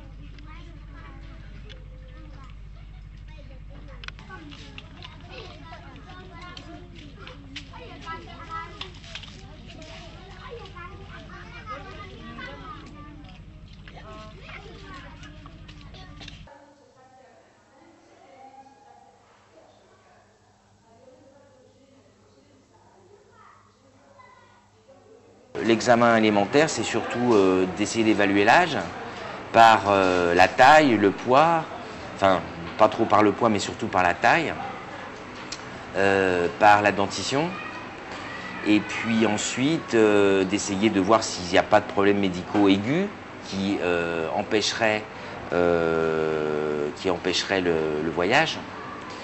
Et puis, si par contre il n'y a pas de problème aigu, d'essayer de dépister un problème chronique, de façon à prévenir les familles qu'il faudra qu'ils soient suivis dans un service spécialisé par exemple. Donc on n'a pas eu de problème aigu à part une crise de palu, mais qui se traite, qui n'était pas une crise de palu grave, qui était une crise de palu simple, donc qu'on a traité et qui s'est bien passé. Ensuite, on a dépisté 2-3 petites maladies exotiques, hein, la bilharziose qui donne du sang dans les urines, et puis une autre maladie qui s'appelle la leishmaniose, qui est une maladie qui donne essentiellement dans ses premiers signes des lésions cutanées, mais qui peut dégénérer pour donner des lésions ganglionnaires ou viscérales. Donc c'est particulièrement important de les traiter au début. Voilà, donc on a dépisté quelques petites maladies exotiques. Et puis, on fait quelques tests sanguins pour le virus du sida et les virus de l'hépatite B et de l'hépatite C, qui ne sont pas pour nous des critères d'exclusion, mais qui sont pour nous des informations importantes à transmettre, parce que c'est des maladies chroniques qu'il faudra prendre en charge. Mets les bras comme ça.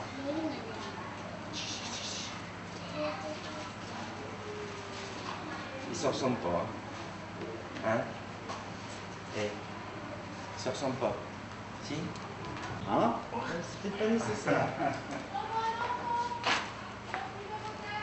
Donc numéro 4, rassemblement.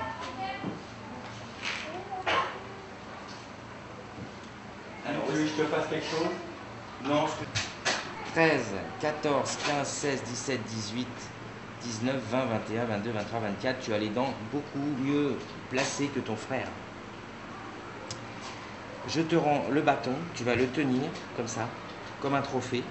Tu le tiens comme ça, c'est à toi. Ça, c'est les oreilles qui me plaisent, parce que paradoxalement, tu vois, tes oreilles sont très propres. Même si tu as les pieds sales, tu as les oreilles propres. Comme ça, là, comme ça, mets les bras comme ça. Mets les bras comme ça. Oh, ça vient comme ça. Non, ça va pas. Tu vois quand même, il a... Oui. C'est pas possible. Allez. Fais comme ça, regarde-moi. Bon, lui, ouais. Il y a encore quelque chose à faire ici, là. Super. Encore. Ouais. Eh ben, c'est guéri alors de la pneumopathie que tu as eu l'autre fois. Respire encore. C'est super. Bon, respire très bien. Maintenant, j'écoute le cœur. Il faut respirer tout doucement. Quand tu écoutes ton cœur, ou alors que tu écoutes encore mieux le cœur de ta femme. T'entends? T'entends? Ah. C'est comme ça.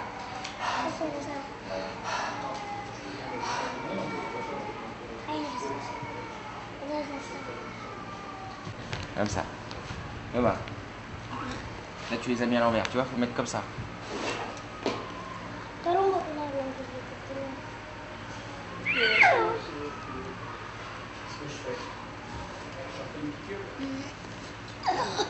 Voilà. Non, non, non, reste comme ça, reste comme ça.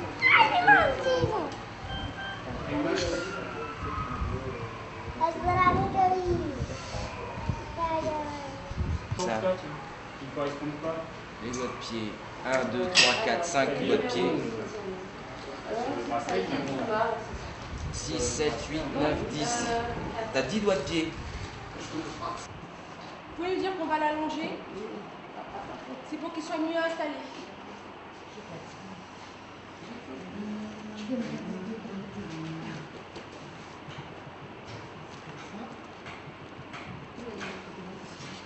Voilà, je vais enlever le pansement. Elle a dit? Je vais lui enlever le pansement. Ça va tirer un petit peu.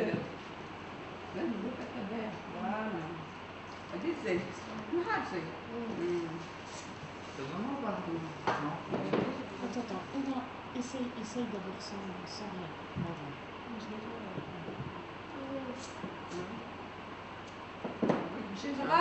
Voilà.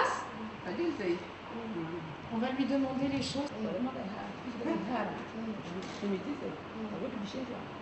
Il veut bien. Oui, d'accord. Je prends juste la seringue à ce moment-là. Il est d'accord? Oui. Ça y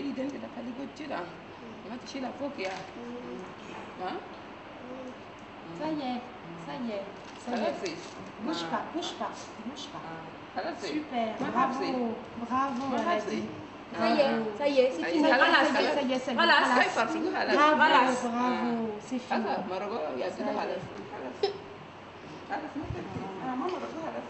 Super. Il a été très courageux. Dites-lui qu'il a été très courageux.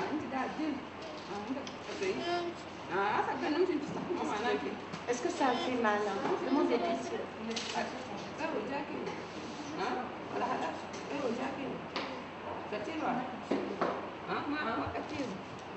On va mettre de la bêta, allez.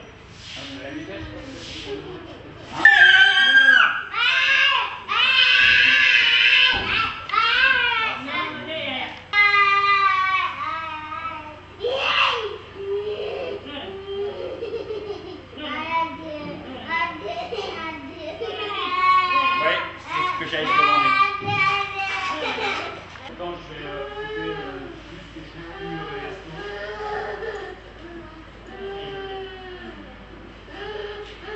voilà, c'est fini, Yaya. Voilà, donc éventuellement qu'elle en parle avec ses Soudanais. Voilà, qu'elle en parle avec ses Soudanais, surtout là, si elle est avec un chef de village soudanais, qu'elle l'interroge pour savoir où peut se trouver Moadjiria et essayer d'obtenir des infos là-dessus. Ok? Voilà, 21h, briefing téléphonique, comme prévu. Ciao. Donc, bienvenue à Pierre, Samuel, Dominique et Jacques, qui est de retour parmi nous. Je vous ai retrouvé.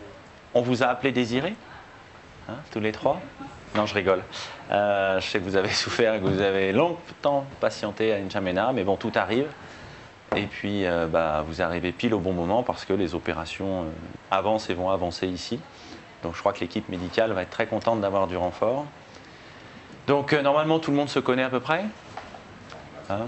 Tout le monde avait fait connaissance à Argenteuil, sauf Samuel, je crois que tu n'étais pas là. Donc, très rapidement, on a deux bases. Une base ici sur Abéché. Toute l'intendance de la base est gérée par Dominique. Pierre et Domi seront bien évidemment affectés à la prise en charge des enfants et au PMA. Donc, idéalement, je pense que vous allez faire une petite réunion entre équipes médicales, de façon à ce que Isabelle, Philippe, Cathy et Nadia vous expliquent le fonctionnement de tout ça. Et puis, comme on prévoit des arrivées en nombre, demain et après-demain, donc au moins une vingtaine d'enfants demain et sans doute autant, sinon plus, après-demain, voilà, il va falloir s'organiser. On a la chance d'avoir 3 médecins, 3 infirmières pour encore quelques jours. Donc ça va bien tomber pour gérer ces arrivées. Donc voilà, vous vous organisez au niveau de l'équipe médicale pour que tout puisse se passer du mieux possible. Et on va très certainement faire des extractions d'enfants via l'avion dès demain. Donc voilà, on va essayer de s'organiser au mieux pour passer ce petit week-end. C'est un week-end de festivités nationales, voire internationales. Donc il n'y a pas de raison que ça se passe mal, mais c'est juste une question de bonne organisation. Au niveau de la sécurité, donc les dernières informations qu'on a reçues, donc des attaques sont en cours au Soudan, donc des villages, et notamment le village de Moharjiria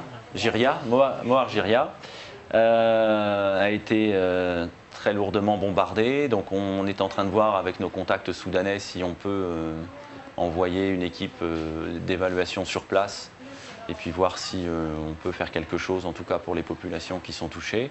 Ça n'empêche, enfin ça ne change rien à notre planning.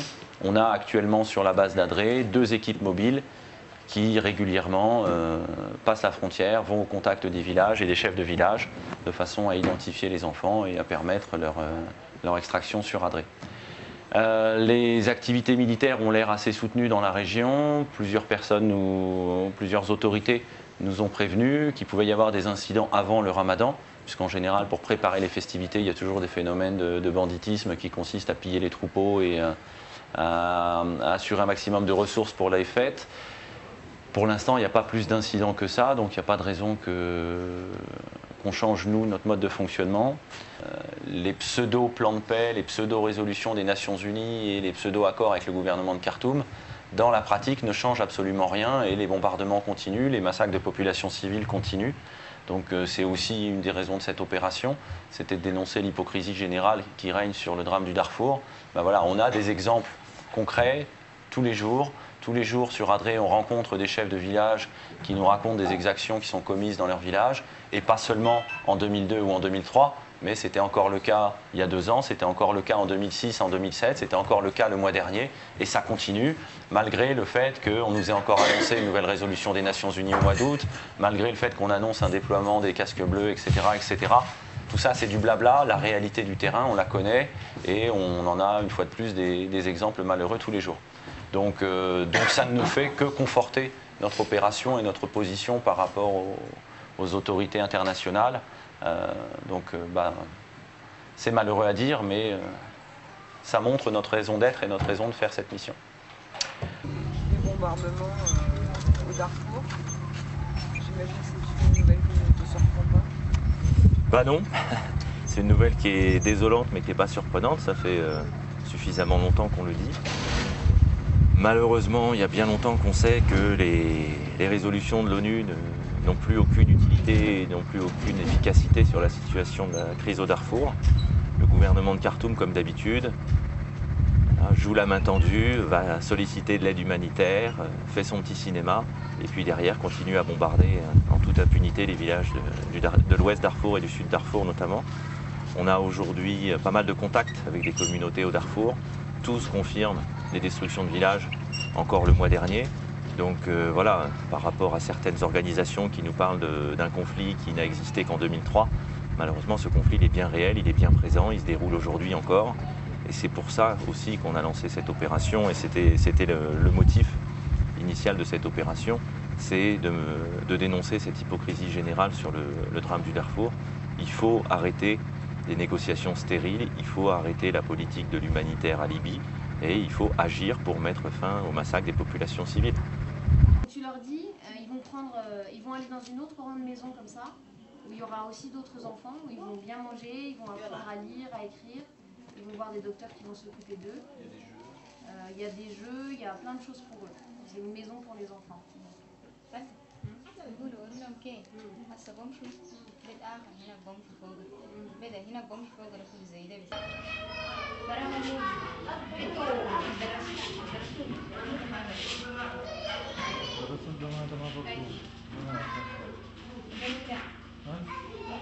lui qui a son niveau. Numéro 9.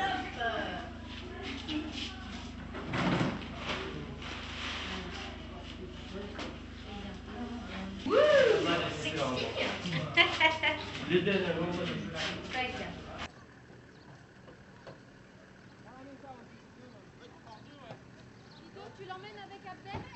Ok, Fatima, lui va là. Viens Fatima, viens. D'accord, Fatima, viens.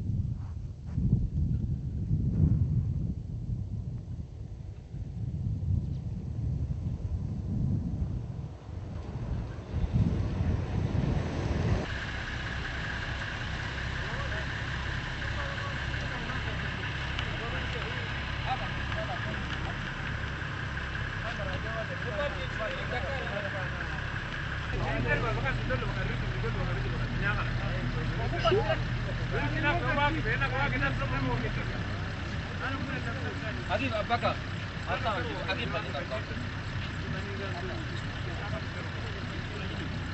on est en panne. Et là, viens ça.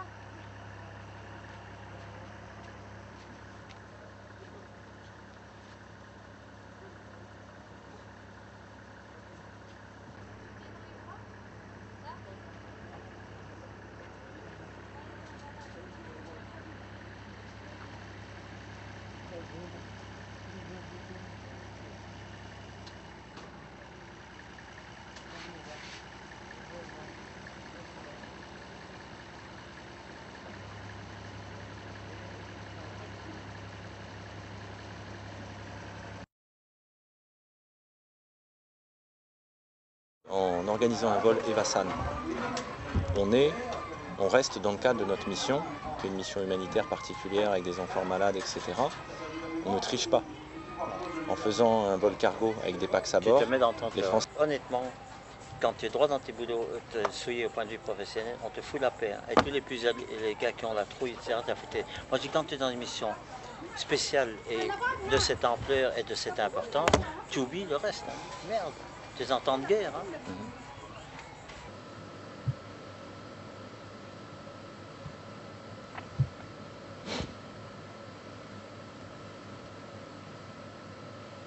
Oui Laurent, salut, c'est Eric.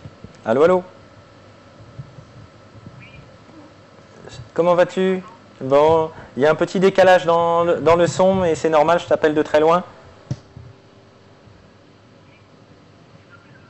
Bah oui, absolument.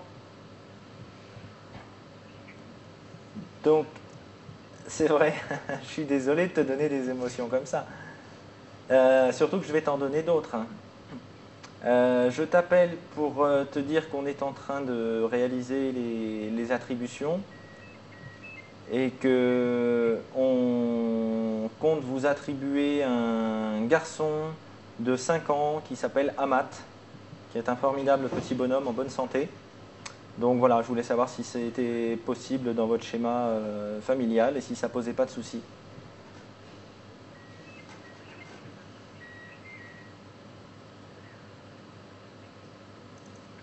D'accord.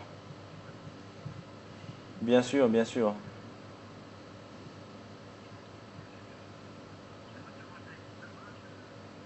Je sais. Mais ce sera pour une autre occasion. Ok. Bon, j'essaye de vous faire un email assez rapidement avec un maximum d'informations sur l'enfant, l'orthographe exacte de son prénom, son âge, si possible une petite photo. Mais de toute façon, même si on n'a pas le temps de vous envoyer tout ça, voilà, tu as l'information de base. Il s'appelle Amat, il a 5 ans.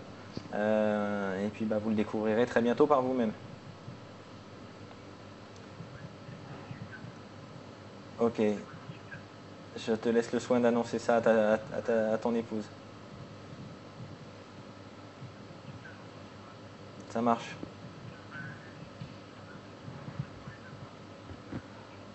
Ok, bon, voilà. Par contre, je pense que vous allez avoir des infos très vite aujourd'hui, mais les dates ont un peu bougé. Hein. Les opérations sont avancées de 24 heures. Voilà, tu es au courant. C'est ça. Ok, ça va. Oh, bah ça n'a pas changé non plus. Hein. Ce sera... voilà, c'est pas très loin. Oui, bah, je me doute. Voilà, par exemple.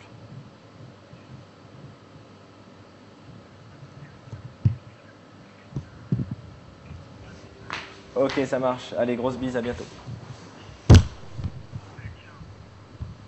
Alors, la réaction? Il avait le souffle coupé, m'a-t-il dit. Donc, bah voilà, comme d'habitude, quoi. C'est que on leur donne beaucoup d'émotions dans un sens comme dans un autre. Et là, rien que le fait que je l'appelle d'ici, il s'attendait déjà à quelque chose. Tu as fait la dernière attrue ou je la fais Écoute, je pense que tu as tout bien géré jusqu'ici, donc je te laisse cet honneur. C'est trop dur hein, de choisir. C'est déchirant. On a passé 6 mois de vacances quand même. Oui, il y a ça, et puis il y a le fait qu'on a eu beaucoup de chance quand même d'arriver à passer certains obstacles, et puis il y a le fait que sur certaines arrivées, sur les gosses de Miala qu'on n'a pas pu ramener à cause des bombardements, il n'y a plus rien. C'est comme ça, je crois qu'il faut arrêter de se marteler avec les chiffres. Ah oui, voilà, sinon satisfaire de j'ai ce du mal. qu'on a. Ouais. Non, mais c'est ce que j'arrête pas. Enfin, moi, c'est la phrase que j'ai en tête, quoi. Je pense pas à ceux que je laisse, je pense à ceux que je prends. C'est sûr. Et on a 103 gamins qu'on a sauvés et la vie est devant eux et on va faire attention à eux, quoi. C'est pas parce qu'ils ont mis les pieds géographiquement que c'est fini. C'est sûr que la victoire elle est là, c'est ça qu'il faut regarder. Sinon tu te martèles et tu deviens fou, quoi. Avec tout le nombre de gens qu'on a laissés derrière, tu deviens fou, quoi. T'en as la moitié qui vont continuer à soutenir l'opération, qui vont nous soutenir, qui vont être fiers de ce qu'on a fait. Puis t'as l'autre moitié qui va nous en vouloir à mort. Ah ouais, c'est clair. C'est clair. Ça va maintenant? C'est bon. Oui, c'est bon. Allez, à mon yab.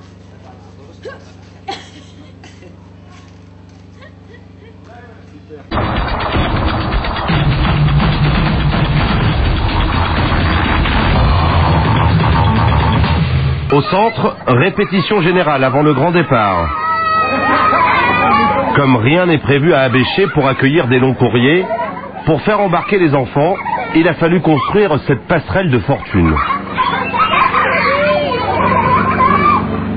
Le jour J, elle sera installée sur le toit d'une voiture. Test grandeur nature et chrono en main. C'est juste le premier entraînement, ça va bien se passer. Je suis pas inquiet.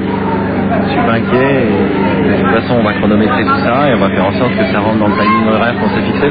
L'important c'est de les ramener dans un pays où ils seront protégés et ensuite de demander à ce pays, entre autres la France, d'arrêter de se voiler la face sur le drame du Darfour, d'arrêter de faire semblant d'aider le Darfour, d'arrêter de vendre des armes et de faire concrètement quelque chose pour sauver la population du Darfour. Voilà notre message. Forcément, ça ne va pas plaire à tout le monde, forcément on va passer pour des fous furieux ou pour des illuminés.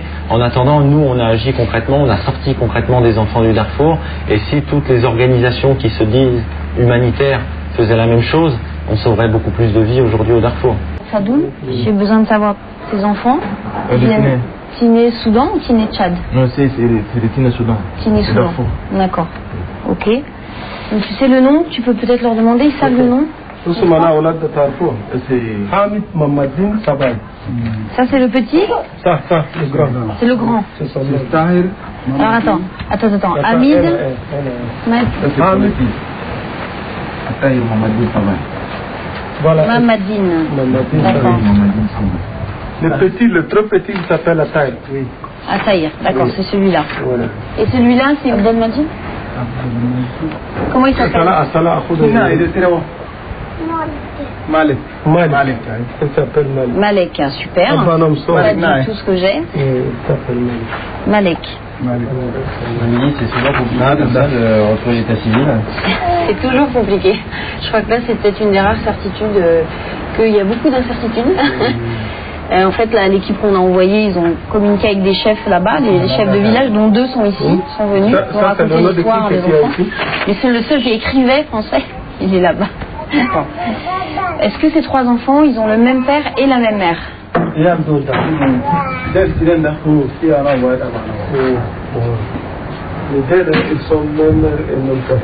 D'autres femmes, c'était une autre épouse. D'accord. Où sont les parents là?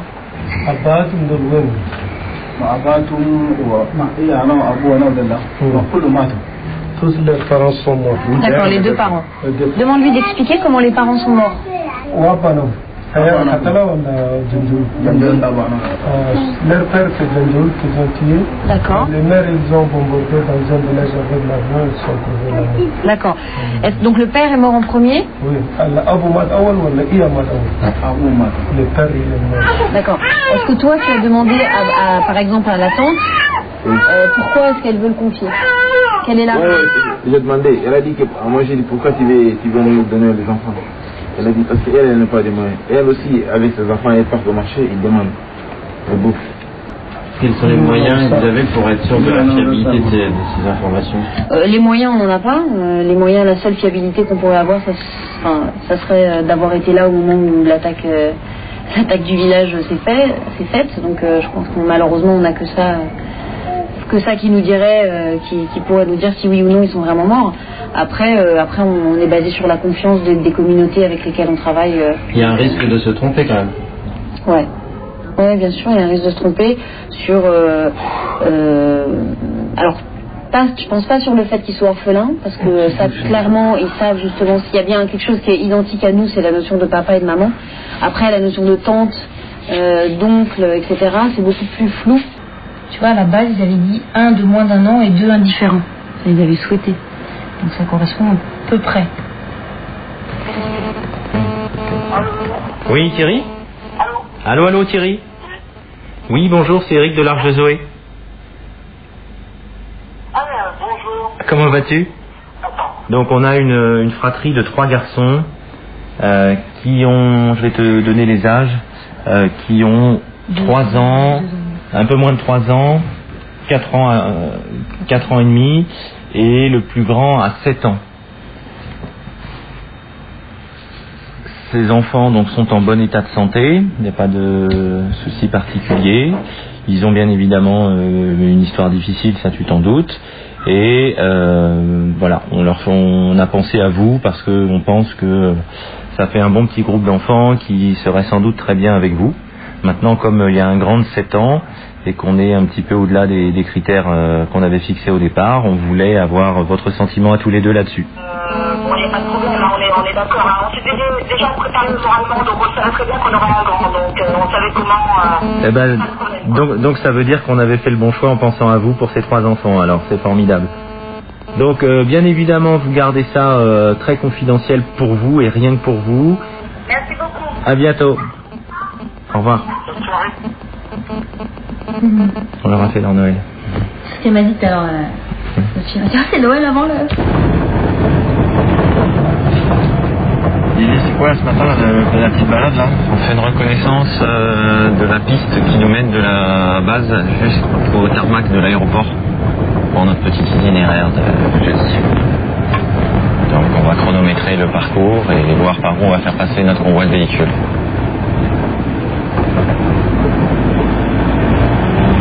Ça va être une vraie opération commando quoi, un peu, non? C'est un peu ça.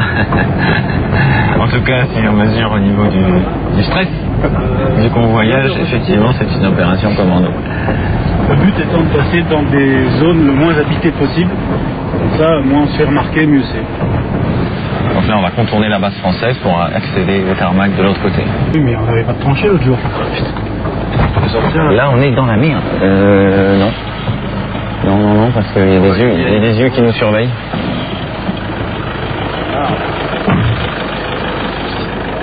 Là, on est dans la grosse merde.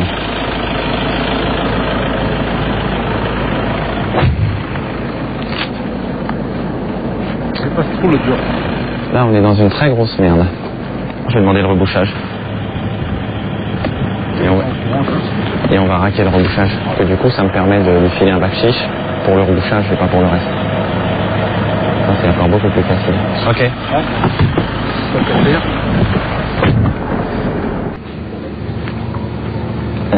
À 2h, on va charger le véhicule avec tous les bagages, tous les sacs. À 4h, on va commencer à charger les enfants. Pendant que vous installez les enfants, Nadia, tu sors ton carton magique et puis tu les déguises. Donc tu as 2 heures pour en faire un maximum. Il n'y a pas de chiffre, il n'y a pas de règle, il n'y a pas d'objectif. On s'en fiche, l'important c'est que ça se voit et qu'il y en ait, quoi. À 6h moins le quart, on est prêt. Tout le monde est près des véhicules. Les enfants sont dans les véhicules. Dans tous les cas, vous vérifiez que les portes arrière soient bien fermées à clé, de façon à ce que les enfants ne descendent pas.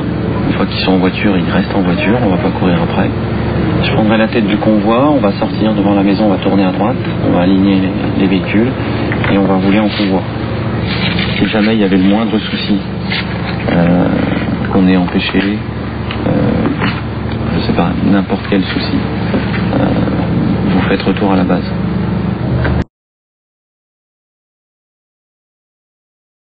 J'aimerais savoir comment tu t'es retrouvé embarqué dans cette aventure. On dit qu'il n'y a pas de hasard dans la vie, il n'y a que des rendez-vous. On en manque beaucoup, de temps en temps il y en a qui vous comblent. Alors bon, j'ai passé 3 ans au Congo, je suis rentré en Belgique. Ma femme a subi une grave opération. À ce moment-là, plutôt que de m'occuper des petits Africains, je crois que mon devoir était de m'occuper de ma petite blonde. Et puis, Il y a un bar qui s'appelle le Check-in, où sont les nostalgiques de la Sabena qui a été mise en faillite, et dont je faisais partie. J'ai été commandant de bord et j'y ai été pendant 35 ans. Et j'ai reçu un coup de fil du patron là, qui a été en contact avec un Belge qui volait ici et qui lui a dit, écoute, on a besoin d'un pilote expérimenté qui en plus a un peu une âme de baroudeur parce qu'il y a l'avion et il n'y a personne pour le voler, on en a besoin urgent. Alors, ma femme m'a dit, tu t'es occupé de moi, je sais que tes ferveurs sont toujours là-haut, et puis faire quelque chose d'utile, pars, je m'assumerai. Et 3 jours après, j'étais ici. Les enfants, c'est l'avenir. Les enfants, j'ai toujours été très attentif à protéger les enfants et les vieilles personnes, parce que c'est le cycle de la vie. Alors, je trouvais ça extraordinaire. Bien sûr, j'étais alerté, comme beaucoup de gens, par le drame du Darfour. Et dès que j'ai su qu'il s'agissait de sauver des enfants du Darfour, eh bien, je crois qu'on n'a pas souvent l'occasion d'avoir des missions de cet ordre-là. Et qui vraiment, et maintenant je peux le dire après 3 semaines, qui est un formidable cadeau. Et la seule chose que je crains, ce n'est pas du tout les quelques petites aventures que j'ai pu avoir ici, au point de vue péripéties aériennes ou autres, c'est le retour en Europe, où beaucoup de choses vont me paraître dérisoires sans pour autant condamner les gens ni notre modus de vie. On appartient à un milieu, à un monde dont il faut aussi savoir porter la honte parfois. J'ai rencontré ici des gens exceptionnels, ceux d'abord qui ont initialisé ce projet, ensuite l'infirmière, les infirmières, les médecins.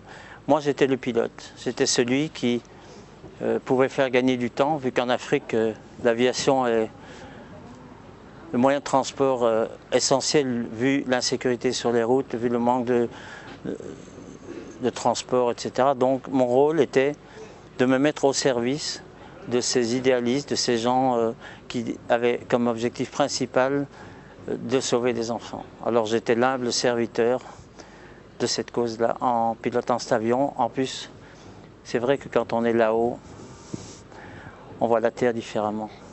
Les fous, ce sont ceux qui sont frappés de cécité au point d'avoir le cœur durci, ce que j'appelle ces gens bien pensants et mal agissants, qui se permettent de distribuer des conseils et qui ne passent jamais à l'action.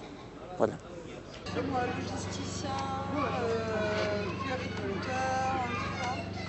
Ouais, il faut tout savoir faire. Non, mais c'est vrai qu'au départ, c'était pour être photographe. Et je me connais un petit peu, j'ai déjà fait d'autres missions et savoir que j'aurai des enfants, je connais un petit peu ma sensibilité et puis l'envie aussi de partager des choses. Et puis voilà. C'est qui la princesse qui est sortie? Eh ben, c'est Faiza. J'ai rencontré Faiza et Hachim et je crois que voilà, on est tombés tous les deux, tous les trois, sous le charme. Merci. Je plane. On retire quoi? Du bonheur. Du bonheur, je sais que ça sera difficile pour rentrer. Mais putain, mais c'est chiant. C'est comme ça. Et que non, mais c'est une belle aventure. Je pense que peu de personnes peuvent partager ces moments-là. Il faut en profiter à fond, quoi. Et puis je suis persuadé que la plupart de ces enfants seront heureux. Et ben, j'espère qu'on leur apportera un avenir.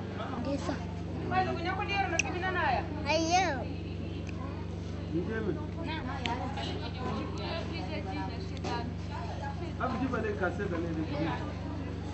peur que je perde mon petit cœur. Pourquoi tu l'emmènes? Ben, en fait, moi, tous ces doutes-là, je les avais beaucoup en France, un peu moins quand je suis arrivé à Béché. Et plus du tout quand je suis parti avec Émilie, en fait, dans les villages, avec rencontrer les chefs de village et les pseudo-familles qui essayent de garder les orphelins et de les faire survivre. Et par exemple avec Émilie, quand on a rencontré une grand-mère qui était à l'agonie en train de mourir et qui a 3 enfants orphelins qu'elle garde d'une famille un peu lointaine et qu'elle ne veut pas les confier, qu'elle ne veut pas les à nous ou à MSF ou à peu importe, mais elle veut que personne s'en occupe et de toute façon la seule chose qu'elle trouve à dire c'est qu'elle va bientôt mourir dans les jours qui viennent et que les 3 enfants qu'elle garde mourront avec elle, mais qu'il est hors de question qu'elle laisse quelqu'un s'en occuper. Voilà, c'est pas de la chasse, quoi. Ça, on est loin de la chasse. Et ces gamins-là, on repart du camp, on peut pas leur filer un coup de main, on peut pas les emmener avec nous, et ça fout la nerf.